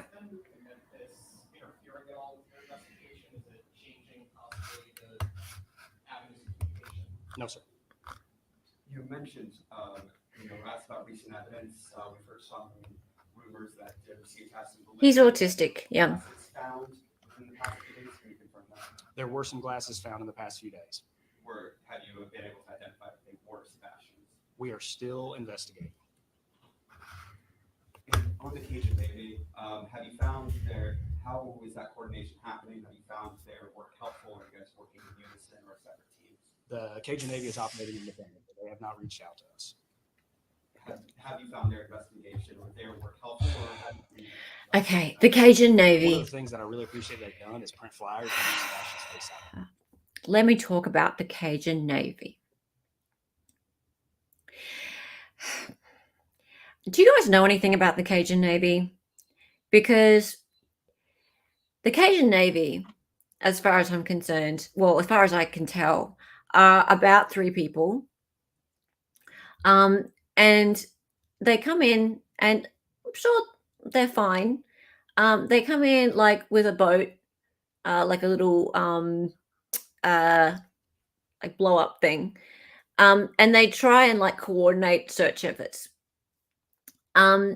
Anyway, they came in to help the search, and unfortunately, oh, you know people in the Cajun Navy? Cool. Anyway, they came in to help the search. Now, apparently, they were rude to some people. In that they came in and they, when I say they were rude to some people, there were some YouTubers who came along and they had some massive rants about the people in the Cajun Navy and how they told them to F off. And here's your flyers and stuff like that. But you need to line up and do your bit and just do as you're told, basically. And the YouTubers got on their channels and said, fuck you, Cajun Navy, you fucking right? And then one of them said that they were going to sue the other one, and there was this big thing about the Cajun Navy. And then the Cajun Navy said they were going to call off their search efforts that day due to security concerns or something, and it ended up being this giant thing. The Cajun Navy thing, right? Oh, Marie. There's actually 2 organizations, but the real one, not the one on this case, were the people that rescued people during Hurricane Katrina. Yeah, okay. So apparently it was a like parody or imposter Cajun Navy that came to help with Sebastian. Who knows? All I know is it was just distracting from this. And notice how the policeman here, he's all like, when he was asked about the Cajun Navy, and they said, he said that, I appreciate that they help print flyers. So he was really nice about it, because they said, did they help or hinder? He goes, I appreciate that they help print flyers. Yeah. Yeah, Ashley, he's been missing for like 74 years. I know, 84 years. Just correcting that. So I don't know who exactly is involved in this situation, but the Cajun Navy, who say people in Katrina and Harvey know what they're doing. Yeah, I'm sure they do. So in this situation, unfortunately, it just caused more drama. And I mean big time drama. Now, I'm not sure whether the people themselves who identified themselves as the Cajun Navy here actually caused drama, or whether it was the YouTubers who went and confronted them who caused the drama. I don't know. I don't really care. I'm just saying, I think that all this stuff is irrelevant. And this guy here is trying to just gloss over it so he can get back to his press conference.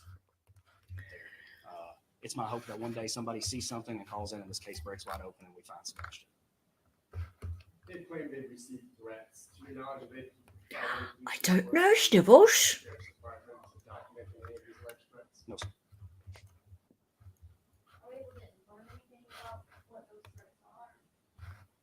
They would have to call the police and report them.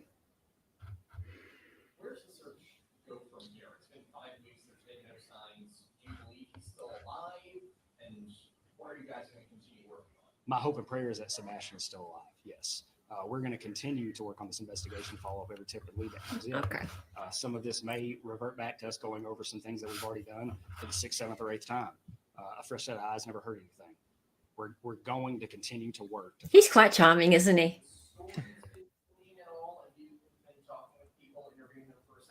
Does that say thing? No evidence to support foul play.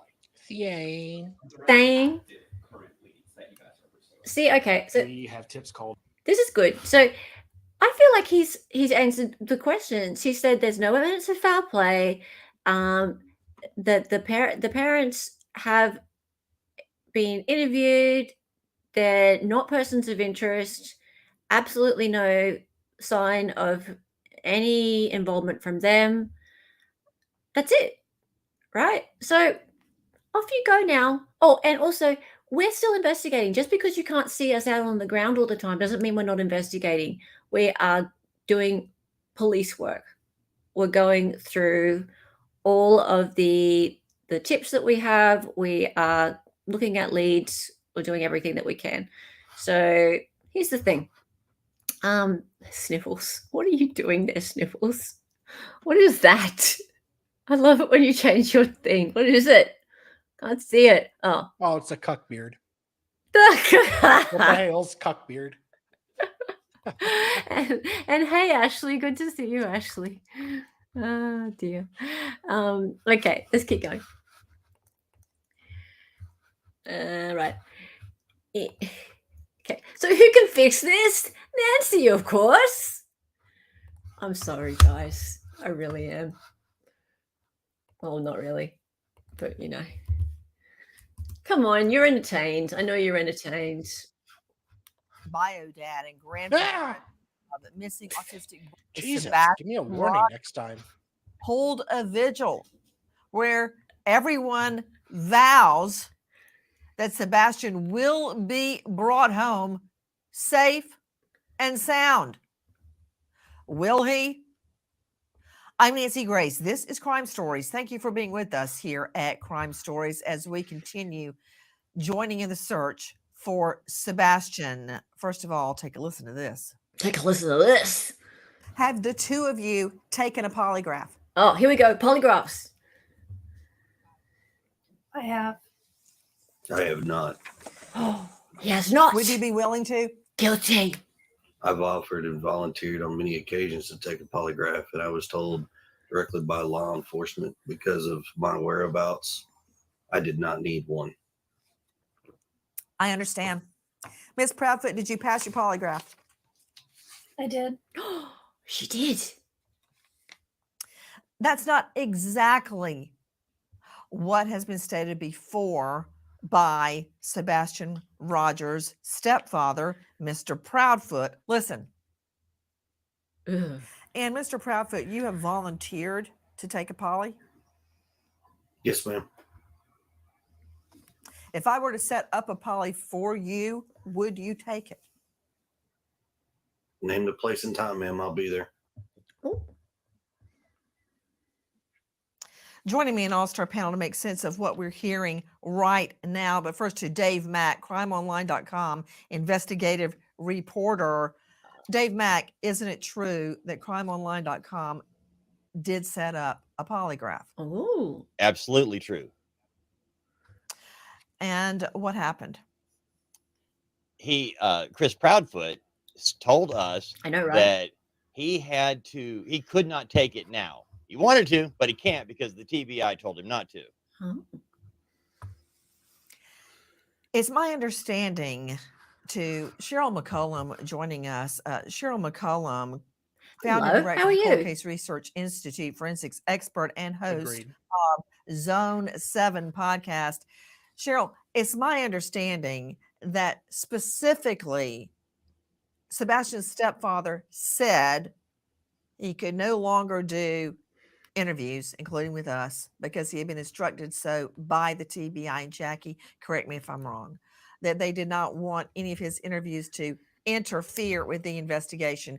And that even though he had agreed to do our polygraph, he now says that the TBI is going to set up their own polygraph and he can't take our polygraph until after that. And once he does that, then, quote, we'll take it from there. What do you make of it? 100%, You know, Benjamin. you and I always go back to Mark Class. If you want to make sure that the law enforcement has everything they need to get rid of looking at you, you can do that. He can set up a private polygraph through an attorney. He No. can take yours. Who are you? He can demand that TBI give him one so that they can stop focusing on him and this polygraph business and move on and find out where Sebastian. Who is this expert person? Why is she talking about polygraphs for and saying you should get one so that they'll move on? They're not going to move on because of a polygraph. No. They don't prove anything. They're for TV. Guys. J-Rock. Come on. Hey, and Benjamin, yeah. Like what J-Rock says. Any lawyer would say absolutely not. Do not take a polygraph. Absolutely.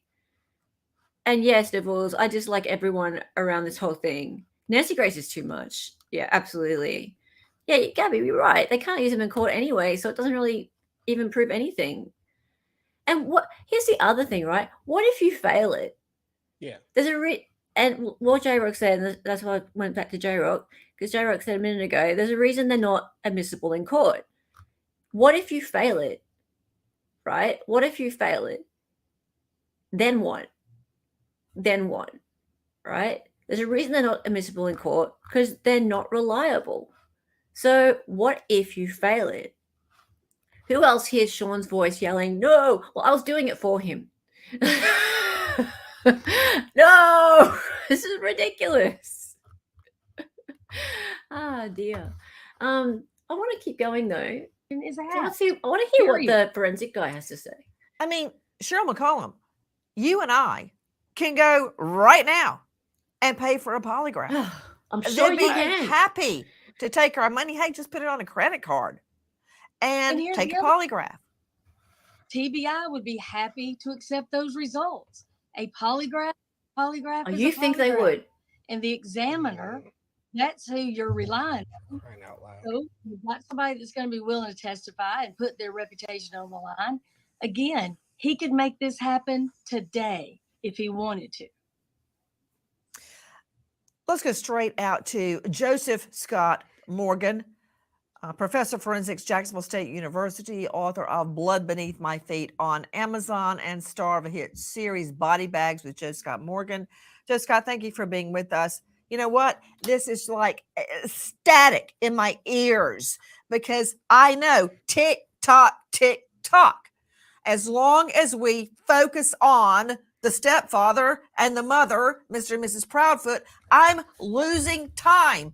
If by some stretch of the imagination, Sebastian is still alive, if he's alive, he won't be much longer. What do the stats show? What is your opinion? I need it, and I need it now, Joe Scott.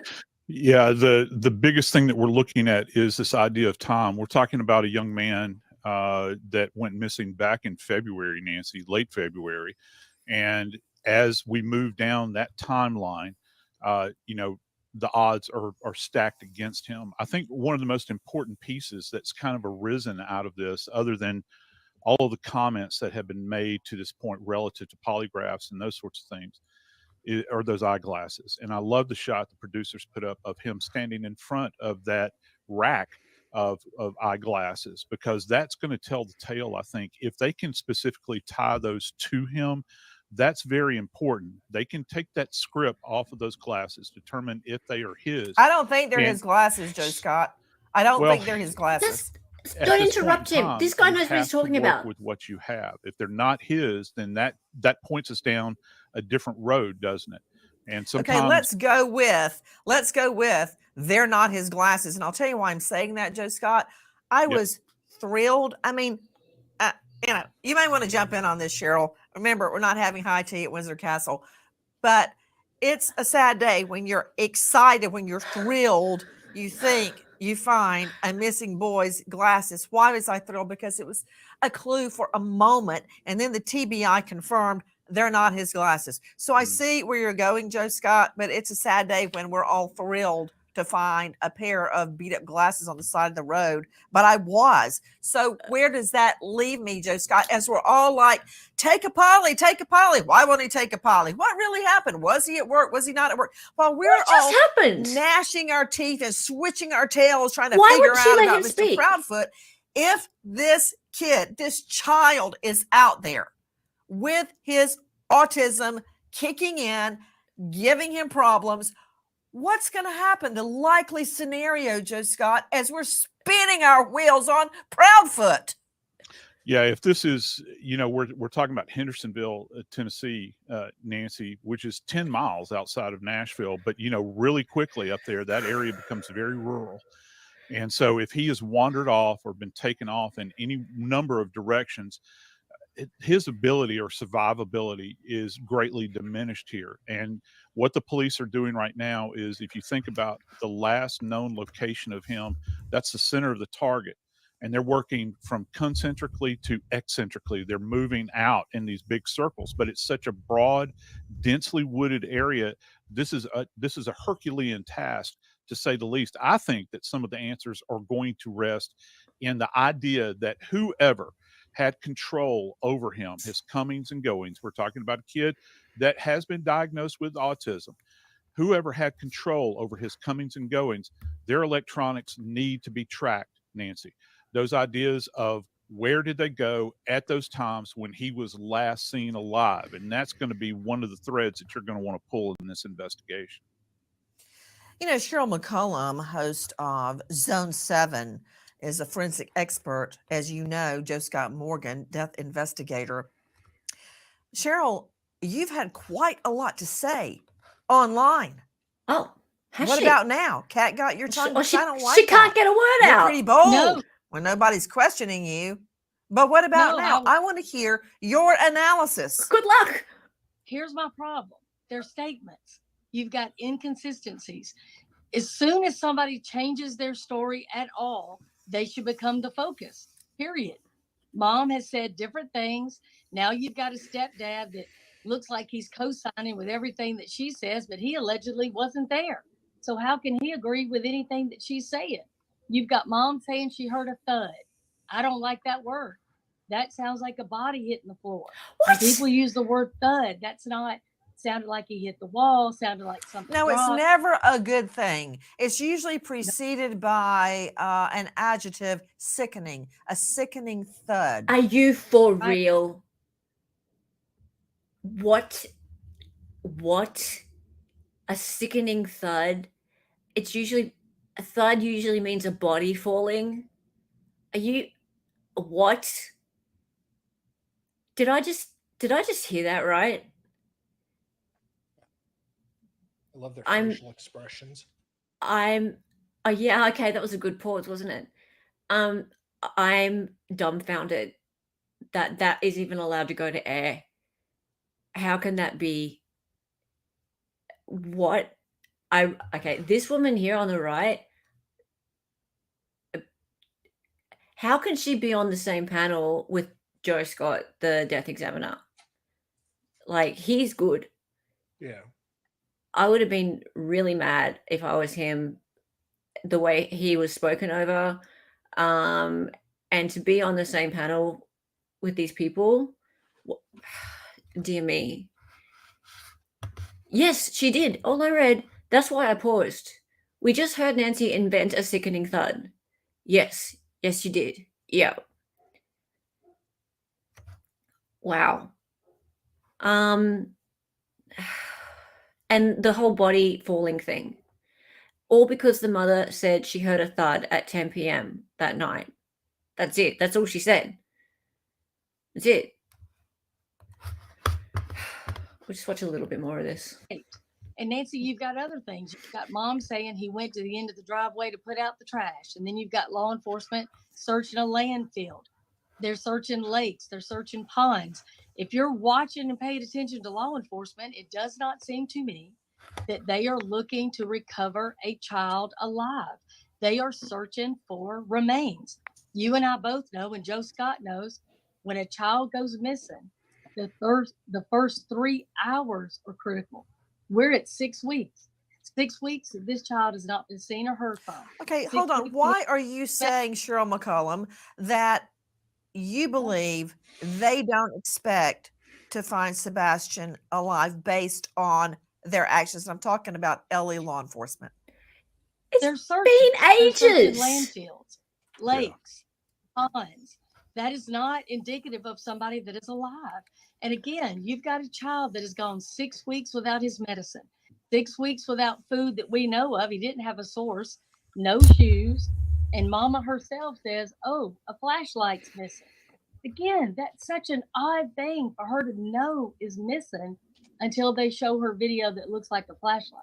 And then the stepdad says, well, we were sure hoping it was, but we're sad to report it wasn't a flashlight. Well, if you've got 2 flashlights out there, why are you glad that it's not that? That to me would signify that somebody was out there in the wee hours of the morning with 2 flashlights, meaning 2 separate people, the night your child went missing. I mean, it's just odd. What They do you claim make of a 3-hour conversation held between Mrs. Proudfoot and Mr. Proudfoot the night Sebastian disappears? The 3-hour No, phone call Gabby. bothers me because, again, that's a long time to be on the phone. And, you know, you're hearing your son supposedly, he's answering you supposedly during that time, but you don't go check on him at all. Oh, shut up. Did somebody leave their phone just on while they went Sorry, and did guys. something else? I I'm don't just- know. But I agree with Joe Scott. The electronics are going to tell the story. When his mama first entertained the idea that somebody had him, what did she base that on? 3-hour His tour. phone's not missing. He didn't take shoes, didn't take clothes, didn't take money, nothing on his cell phone, nothing on his computer says that he's been talking to anybody. I mean, she's entertaining something that we have no facts for. Well, We I'm have no concerned about the, and you're right. Whenever I hear inconsistent statements, as I have discussed many, many times in front of juries, it's one thing to add or embellish your original statement because maybe you weren't asked the right questions first time around. Maybe you remembered something in addition, triggered by questions.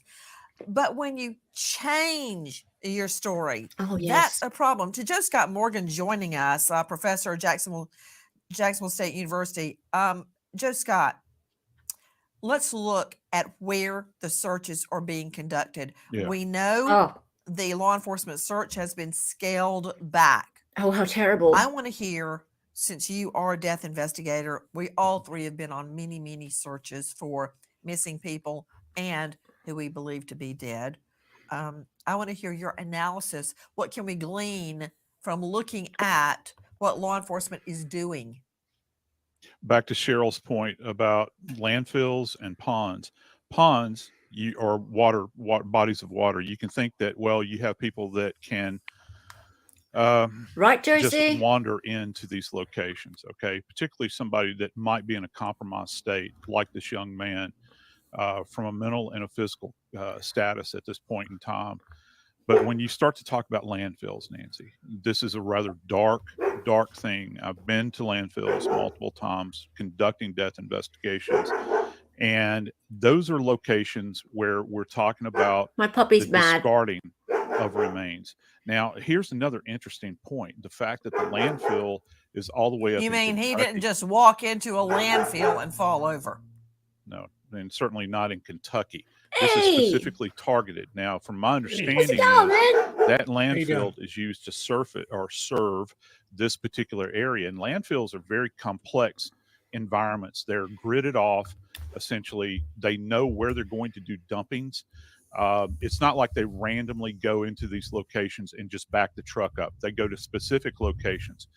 But with landfills, they're highly complex. They're layered. And so as you begin to stack items in there, they then run over them with this heavy equipment, and it makes the going very, very tough. As a matter of fact, anything that gets in there begins to degrade and decompose very quickly. That's the purpose of it. And so that is not a good sign, Nancy. And the fact that they are searching a landfill is rather ominous to me. Nancy, I want to To jump in Dave here real Mack, quick. I don't wanna be crimeonline. rude. No, but- I was just coming to you because I wanted to talk to you, Sorry. Dave Mack, on two Oh, don't say issues that, and whatever Nancy. else you want to interject. Go ahead. Please, I need everybody's thoughts. One, I want to get from you any previous inconsistent statements as correctly stated by Cheryl McCollum, and two, allegations that Sebastian, this autistic boy, was molested have emerged. Let's start with inconsistent statements very quickly. From the very beginning, Nancy, Chris Proudfoot made statements in interviews online claiming, he actually said, somebody asked the question, was a polygraph taken and has it been passed? Yes, I didn't specify who or when, but what I can tell you, everything has been vetted completely. Polygraphs have come back as passed. So I'm confused as in why they are all wondering if myself, my wife, and the biological father took. Okay, we know that's a lie. We know that is absolutely a lie because of what he told you on your show. But you're saying that that's what Proudfoot said, that he had taken a polygraph, he and his Word wife, for and word. had been, quote, vetted. No, he didn't say that. Okay. Yes, he He did has- say that on a podcast. Go ahead. Okay, and then we also have the belt. You know, we have hitting Sebastian with the belt. I don't know if you caught this, but you know, when Seth Rogers was on your show last week, when we were talking about the belt, he started crying. I saw later Seth referred to it as he wasn't aware of the corporal punishment that Chris Proudfoot was handing out to his son, to Seth Rogers' autistic son. And you know, we pointed out that he Proudfoot claimed it was years ago, and it was one spank with the belt on his butt, but through clothing, which makes no sense to any parent in the history of mankind or any teacher at school that they would actually look into something through clothing like that. But they couldn't remember when, how long ago it was. And in another interview, he said 15, which means it had to have been in the last several months. So we've got a number of Didn't serious issues Sebastian here. turn 15 in December? Correct. And it went I missing know, February right? 26th. That was so weird. So if he was I'm gonna have 15 nightmares. when he got a whack with a belt, that would have been in the last few months just before he disappears. So which one is true? Was it 3 years ago, or was it when he was 15 years old? Another question. Allegations that Sebastian was molested have now emerged. What can you tell us? From Seth Rogers. Sebastian's biological father, Seth Rogers, said that when the Proudfoots, when Katie and Chris Proudfoot and Sebastian were living in an apartment in California several years ago, that Katie Proudfoot allowed a boy that was 5 years older than Sebastian to play with Sebastian, and the boy was 13. Sebastian was at this time. She allowed, and Seth Rogers said that Katie Proudfoot allowed a 13-year-old boy to play with Sebastian, who is 8, without any Interesting, kind of Gillian. involvement from Katie Proudfoot, and that during the time, this Okay. 13-year-old molested and raped Sebastian Rogers. It seems the more we investigate, the murkier the facts become. This is what I know. Every day, literally every hour that Sebastian Rogers is missing is 1 hour closer to him being dead. Oh God, that's. Can we tune out all the static and the noise? Yeah. Can we tune you out? Just That's let's your tune you out. doing. You are the one using this for views, just like you did with Kaylee Anthony and Top Mom. Oh, Top Mom, Top Mom. I am so sick of this woman exploiting either dead children or potentially dead children for views, for money. Yeah. Hey, Ron Smith, how's it going? Is it crazy how every kid now is now on the spectrum?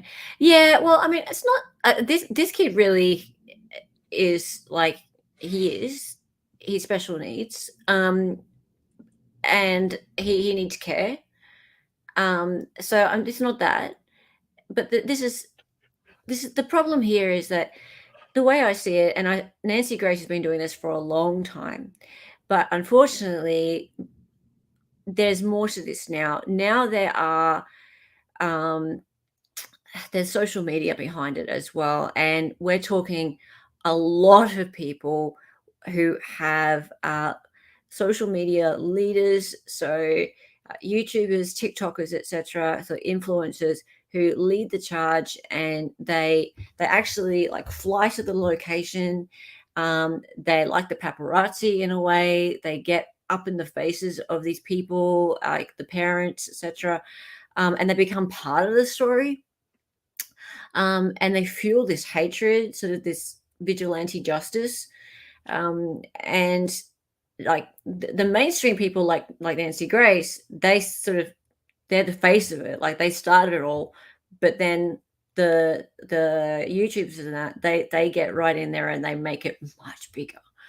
Okay, so let's keep going. We're nearly done. And trust me, I haven't even been into all the little side stories. There's all these little side stories that have happened as well. Everyone's lying. They all need polygraphs. We are now on day 54 of Sebastian missing. And last night, Grandma Rogers, Robin Rogers, Seth's mom, Sebastian's paternal grandmother, popped into the comments on Facebook and said, South, she meant to say Seth, was so exhausted with some medication for shoulder and neck pain that he fell asleep during his polygraph. This made it inconclusive. The only reason he took it was to put pressure on CP to do a polygraph. And no, CP did not do a polygraph. So I'm a little back and forth on my thoughts on the polygraph. I mean, it can't hold up in court. No. But if you have absolutely nothing to hide, why would you not take it just to clear the air? I mean, Chris has said many times, he'll take it, and then he's made excuses on why he hasn't or who will be conducting the polygraph for him.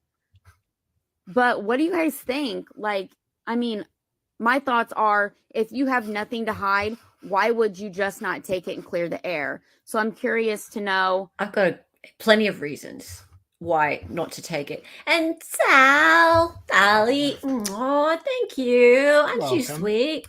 Hi, my 5 gifted memberships. So Bluehead Bible Lady, that's Nikki, was gifted a membership. Greedy Bloke, Mustang McCracken, Amy Ohio, and Justin Smith all got gifted memberships by Salvador Dali Talk. You're so sweet. Thank you so much. You're my bestie. Yes. Love you. Yeah, love you too. Actually, can I ask a question just to anybody who has signed up as a member, not as a gifted member, but actually become a member? Have your memberships been expiring? Because Gabby said that. And I've noticed this 1 or 2 other people have had their memberships expire, Yeah. even though they're signed up for regular memberships. So if that's happening, could you let me know? I wonder if I've got a setting mixed up, or if it's just a YouTube problem, and if it's just my channel, or if it's happening to other people's channels. Because yeah, if that's happening, that's really a bit concerning. A little bit concerning. You just became a member 5 days ago, and I got an email saying it's terminated for some reason. And I have no idea. That's yeah. I thought it was really recently that you became a member, so that's really strange. You want to be a bestie? Oh, you're a bestie too. YouTube is probably messing folks up. YouTube's been doing some weirdo things lately, Steve. I know, but one thing I really would not be happy about is it kicking my members off because that's like the only thing that keeps this channel going is members. Oh, John, you are a legend, man. Thank you Love so you, much. John, so much. Sherry was gifted a membership. Lilia, Dakota, Boiler Operator, Heather Mosher, and North Star 92. Welcome, new members. Make sure that you go over to the membership tab, and you go over to the membership perks, and there you can click on the link to our Discord. Dahlia and I have a Discord together, and we have heaps of fun there. You find out about all of our streams early. You get the pin code announcement bot, which is fantastic. It slaps the butt of the notifications that happen on YouTube, which are garbage. YouTube is asshole. It doesn't tell you about anything that happens on YouTube in time. You'll be late for all the streams if you rely on YouTube notifications. So yeah, get into the Discord, and we have lovely chitty chats, watch parties and things in there and stuff as well. So make sure you get in there. Don't forget, we all got that message when MLS went down. Yeah. I'm not going down. Yeah. What are you talking about? No, I know what she means. We did get a message similar when he got his copyright strike BS. But no, it's something different, I think. Okay, we're nearly done, guys. Let's keep going. Hang in there. The drama's nearly finished. Not quite. So here's what we know about who did and didn't take a polygraph. in the More Sebastian polygraph Rogers garbage. case. Seth Rogers, the biological father of Sebastian Rogers, did take the polygraph He that he did. agreed to take with Nancy Grace this week. Although the results of this polygraph have not yet been released, many are speculating that he failed the polygraph. and the Many are results will be speculating. released as inconclusive. This is in part because Seth admitted in statements that he fell asleep several times during the polygraph. He fell Some are asleep. speculating that the reasoning behind him falling asleep during the polygraph could be tied to sleep deprivation, the medication he's on, and the amount of hours that he spent relating to the search efforts of his son, Sebastian Rogers. Chris Proudfoot, the stepfather Tilly. of Sebastian Rogers, failed to show up for the second polygraph he agreed to take this week. The first polygraph he agreed to take was with Nancy Grace's team. This polygraph was scheduled around his work in a time that was convenient for him. He failed to show up to that polygraph. This week, the same day that Seth scheduled to take the polygraph with Nancy Grace, Chris was scheduled to take a polygraph with the TBI. Chris failed to show up for this polygraph as well. Katie Proudfoot, the mom of Sebastian Rogers, has claimed that she's taken a polygraph and she's passed it, although this is not confirmed by the authorities she took the polygraph with. This case is continuing to develop as investigations are ongoing. My. What do you think about the parents in relation to these polygraphs? Oh, let me think. Let me guess what people have to say about that. Guilty. No one has to take no one has to even talk. In fact, none of these parents should have spoken at all, except to say, "Please help find our son." Yeah, but at the same time, it's a tough situation. Sorry. Because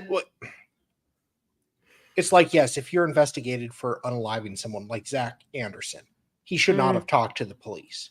But if it's your kid, if it's your wife, yeah, and you want to find them, yeah, you should not talk to them. But at the same time, talking to them is the best way to find them. Yep. So what do you do? How far Yep. do you go?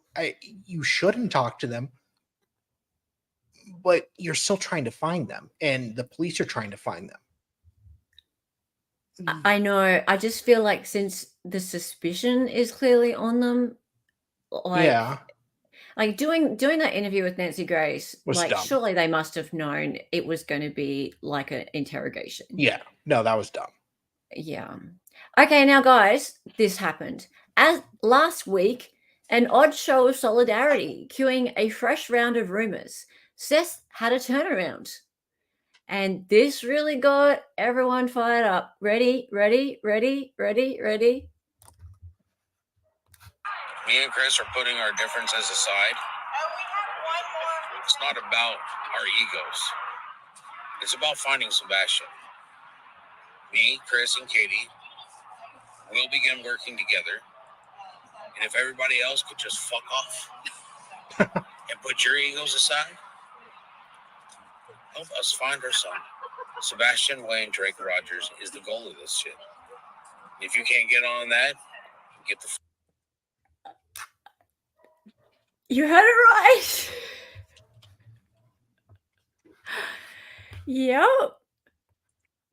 So let's just we'll begin working together. And if everybody else could just fuck off and put your egos aside, help us find our son. Sebastian Wayne Drake Rogers is the goal of this shit. If you can't get on that, get the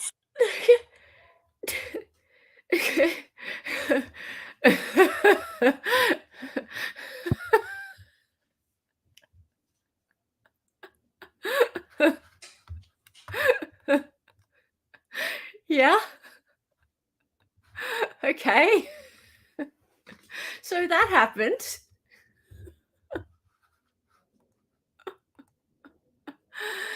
Yeah, all right. Let me just say, like, before I play this next one, that caused a huge stir. Yeah, it seems to me that the father isn't being helpful in this case. Which one? The stepfather or the father? Neither of them really. Yeah.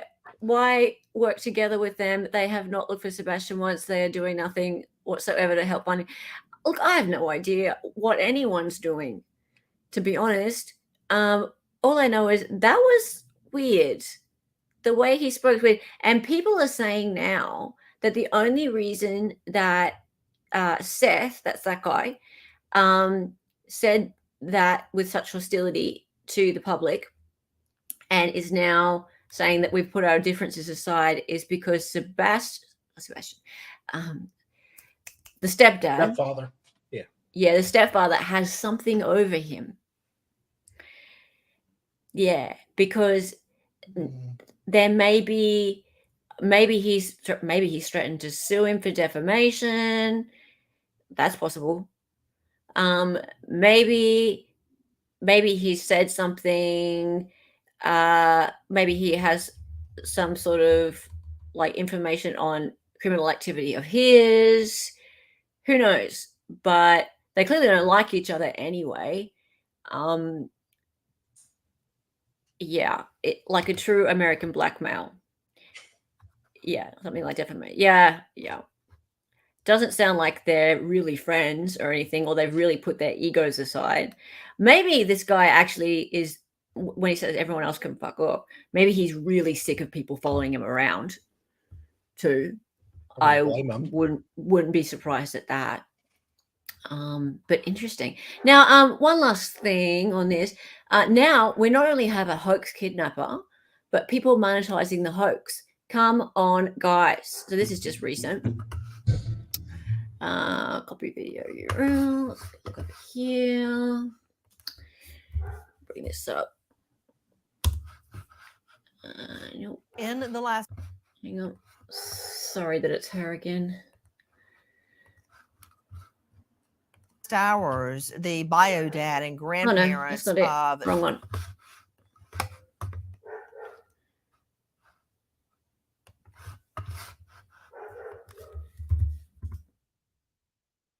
There we go. Crime Stories Obsessed with Emma Louise.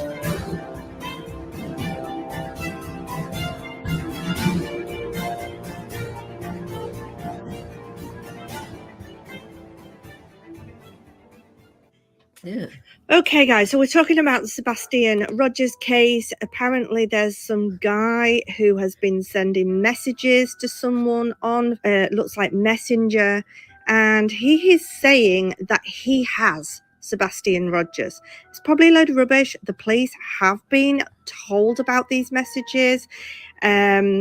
It probably is just a load of rubbish. It needs to be investigated ASAP. But I wanted to bring this to you because there's a lot of people on YouTube that don't have Facebook. Okay, so this man, the man who is apparently saying he has Sebastian, says to this other person, "How are you to Sebastian Rogers?" Doesn't really make much sense, but that's what he says. So this random person says, "I don't know him. Just a kid I see is missing. Why?" So this man said, "Okay." The other person said, "Why did you message me?" So this man who's saying he's got Sebastian said, "Someone is been here with me. Name that name." So the random person says, "Who? Sebastian Rogers?" So this man says, "Hell yeah, I'm just trying to know." So the random person says, "You're trying to know what?" So the man says, "He's here with me though, since some weeks ago." So this person says, "Who are you to him?" Oh my God. So the man said, "I found him on the roadside. If you got his family, let them know. I don't want to free him." So this person says, "Okay." So the man says, "Yeah, he said he was kidnapped and he escaped." So the random person said, "Who kidnapped him?" So the man said, "Saying he don't want to go back home." But there you go. That's what was on Facebook this morning. And supposedly this guy is behind the text messages. Mm-hmm. It has been sent to the police. They are aware of it. I'm sure they will be going to check this guy out. It is a lead, even though it's probably a load of rubbish, but who knows? So let me know what you think in the comment section about this. I'm sorry I can't get the messages any bigger because they weren't put on Facebook as singular messages. It was just put as like a placement of all the messages together. So I've had to zoom in on them. Okay, guys, thank you for watching. Take care, and I'll be back with you again soon. Bye, guys. Wow. Really? Goodness me.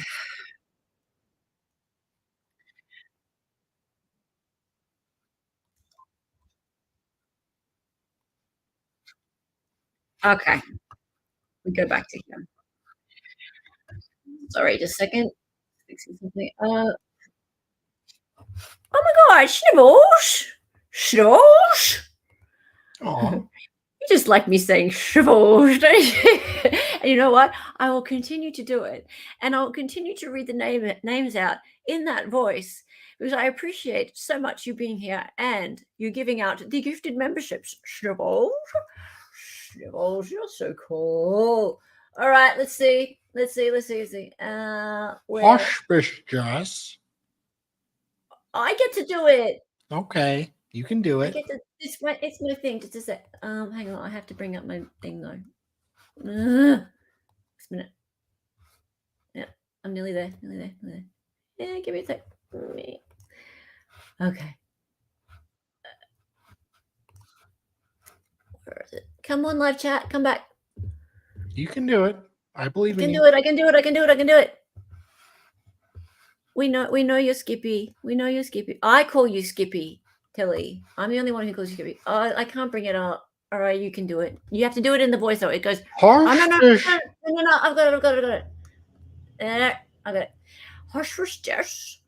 Living on love. Kiwi chick NZ.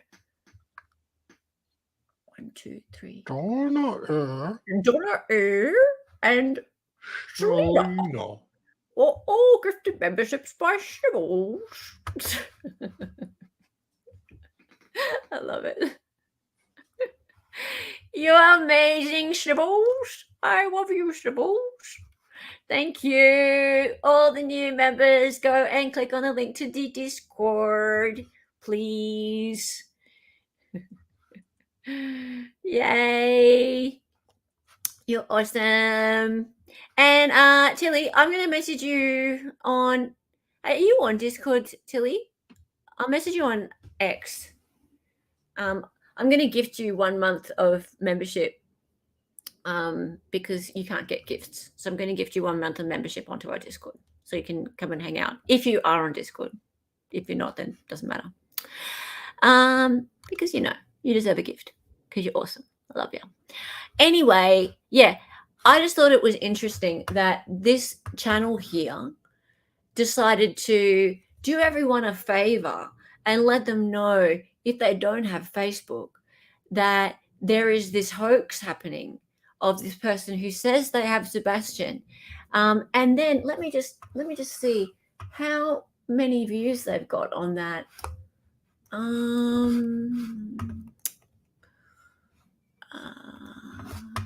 go back. They got 43.9 thousand subscribers. Yeah, they got 22,000 views on that. Yeah. Yeah, they did a big favor for everyone, didn't they? So, yeah, they monetized the hoax. Mm-hmm. Yeah. Yeah. Good. Yeah, half Irish. Jeez. Not sus at all. Okay. Now, I don't usually have anything much nice to say about Jennifer Coffinduffer. But I do want to actually, when someone says something good or out of character, I'm really cool to bring it up, right? I'm really, really cool to go, okay, you know what? She's actually made a really good point. And in this case, she has. So, Jennifer Coffinduffer, would you like to read this, Dolly? Unfortunately, or hashtaggy Sebastian Rogers. Unfortunately, no new developments. Please listen below to this interview of Sebastian's mom. I like this interview because she relays some sweet anecdotes about Sebastian. As time ticks by, the case becomes more and more concerning. But remember Connor Jack Oswald? They found him over 2 years later. He too had autism and walked away in his teens. Did people accuse the Oswalds of murdering Connor Jack? Some did. Just something to think about. Period. Interesting. I'm a glowy. I was not expecting that from Jennifer Coffinduffer at all. For her to actually come out and, like, ostensibly defend the parents and give an example of another teenager who just walked off and then was found years later. Yeah, there you go. So I don't know. Phil, TYO Toys, you said earlier that this fella here was potentially more able to look after himself than Sebastian. I don't know, maybe, not sure. But yeah, measured tweet. Who would have thunk it? Who would have thunk it? And I'll give it to her. That's interesting. It does make you think. I wouldn't have thought of that at all. I would have thought by now, like, I mean, I know that the chances are that he's passed away, unfortunately. But it does give you hope, doesn't it? It's nice to have hope. Yeah. It's nice to have hope. Okay. Now, here's Sebastian's information. Please report any information to 1-800-TBI-FIND. Why is that not coming up? I'm really sorry. I can fix it. Fix it. Oh. Fix it. Cool. Good.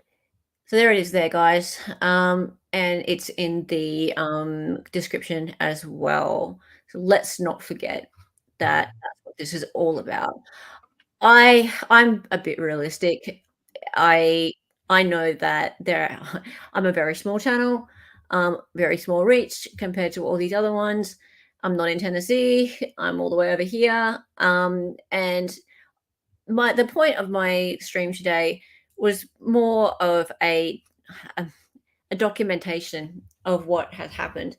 I find this fascinating, this whole thing that's happened, this whole phenomenon of how the media and social media can change the way we perceive a situation, how the public can decide basically that some people are guilty of something with really no evidence. And it's just not something that's really that prevalent here and on my side of the world. It's happened to, I was talking about Bruce Lehrman recently, the man who was found civilly liable for the rape of his co-worker in Parliament House. And yet people believe he's guilty of that crime. That's a case that's been going on for a really long time, and it's taken quite a lot to get to that point. But these people really were hung out to dry within a few days. And yeah, to just see thousands and thousands of people in all these different YouTube chats just coming up with all these theories as to why these two parents are guilty, and they're grieving. I just find it very strange. But, I'm a foreigner. Hey, Mimsy. Hey, Mimsy. Thank you, Josie. Thank you, Josie. High hopes? I'm not sure, Becca Lynn. I'm trying to be positive. Yeah. Okay, I really hope he's found. Now, okay. So here's the thing. Tomorrow is a big stream. Tomorrow is going to be fantastic. We have Steve from Publicly Buzzed. He's been in chat today. We have Steve from Publicly Buzzed joining us for the very first time, guys. Get excited. And we're going to be talking Coburger's alibi. It is going to be massive. Yes. Massive. And I need to, after I have a little nap, because that's exhausting me, I need to have a little nap, and then I need to get all of my bits and pieces together and get all of the research. And I gave you guys a sneak peek of the intro yesterday. Yes. With dramatic music. Yeah. And yeah, Steve's going to be on. It's going to be fantastic. And what I'm going to do is I'm not going to redirect you to our live. I'm going to redirect you to Steve at Publicly Buzzed is actually having his own stream tonight on the alibi at 9 p.m. Eastern, which is only a couple of hours away. So I'm going to redirect you to that so you guys can go and check out his channel. Oh, thank you, TYO Toys. Yep. You like the intro? It was pretty epic. It was. You have to make sure that you got your sound ready for it though, because the sound just builds up. Tried to sing along, but Hella didn't get it. Yeah, so I'm going to redirect you to Publicly Buzzed live, which is later at 9 p.m. Love a good redirect. Yes. Cool. So yeah, make sure that you hang out later on 9 p.m. over at Publicly Buzz, hang out with their chat, get to know Steve and Dan as his co-host. I don't know if Dan, I have reached out and said Dan was very welcome to come on tomorrow as well if he'd like. Just not sure whether or not he'd be available, but yeah, definitely Steve is coming tomorrow, 6:30 p.m. Eastern. The alibi stream. Yes. Can't Where comments may not work. Yeah, if you know that reference to the alibi stream, yes.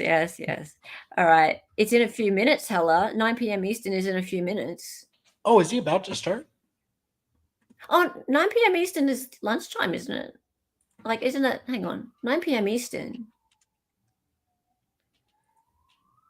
9 p.m. Eastern is not for another hour, isn't it? No, it's in 3 minutes, silly.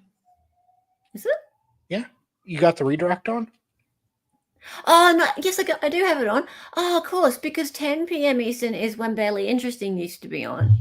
Oh. Right, and that's at my lunchtime. 9 p.m. Yeah. Eastern is in a few minutes. 2 minutes. Great. Oh, this no is perfect. way. Oh, it's perfect. It's perfect. We planned it this way. I've got to talk to Dan's booking agent. Ah, right. Oh, sweet. Okay, let's just hang out for like a couple more minutes and then we can like properly rate it. Hey, how fun. This is exciting. Cue music. Cue music. Hey, while we're waiting, do you wanna see the intro again? Sure. I'm glad you enjoyed the stream. Thank you. If anything happens more with this case, like we'll cover it, right? Yeah. But I'm not like gonna just like do this all the time and milk it because for views. Why? Yeah, Because you why? feel kind of slimy. Well, it is slimy. It is slimy.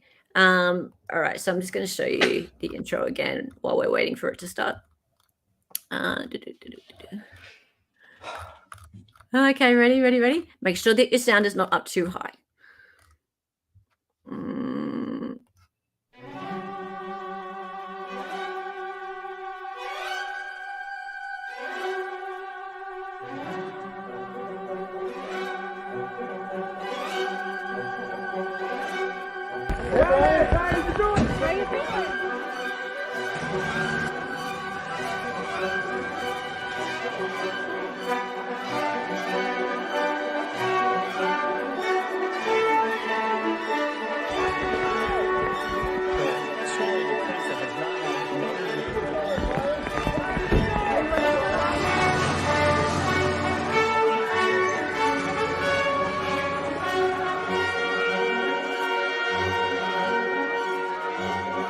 There and taps his hands and you're just sitting there and he, sits there and rocks back and forth and they show him a big old another murderer or whatever he is convicted.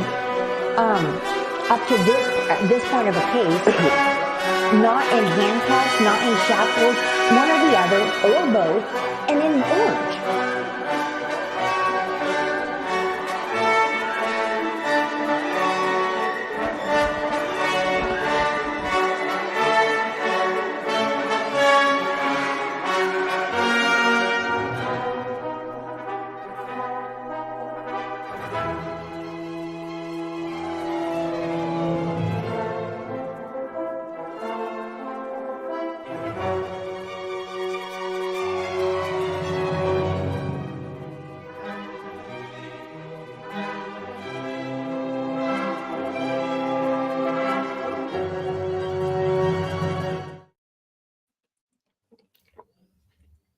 You like? All right. They're about to start, everybody. Make sure that you have your notifications on for tomorrow, 6:30 p.m. Eastern. And let's go and enjoy their stream. It's called Stargazer. Brian Koberger, Alibi, the Cy Ray experts. Everyone is... Oh, Dali's already over there in chat. I'm cheating on you. Sorry. Don't you? You're not cheating on me. All right, guys, make sure you say excited utterance raid, EU raid, whatever you want to say. And let's go over there and have some fun. Thank you, everyone, for being here. Really appreciate it. Love you all.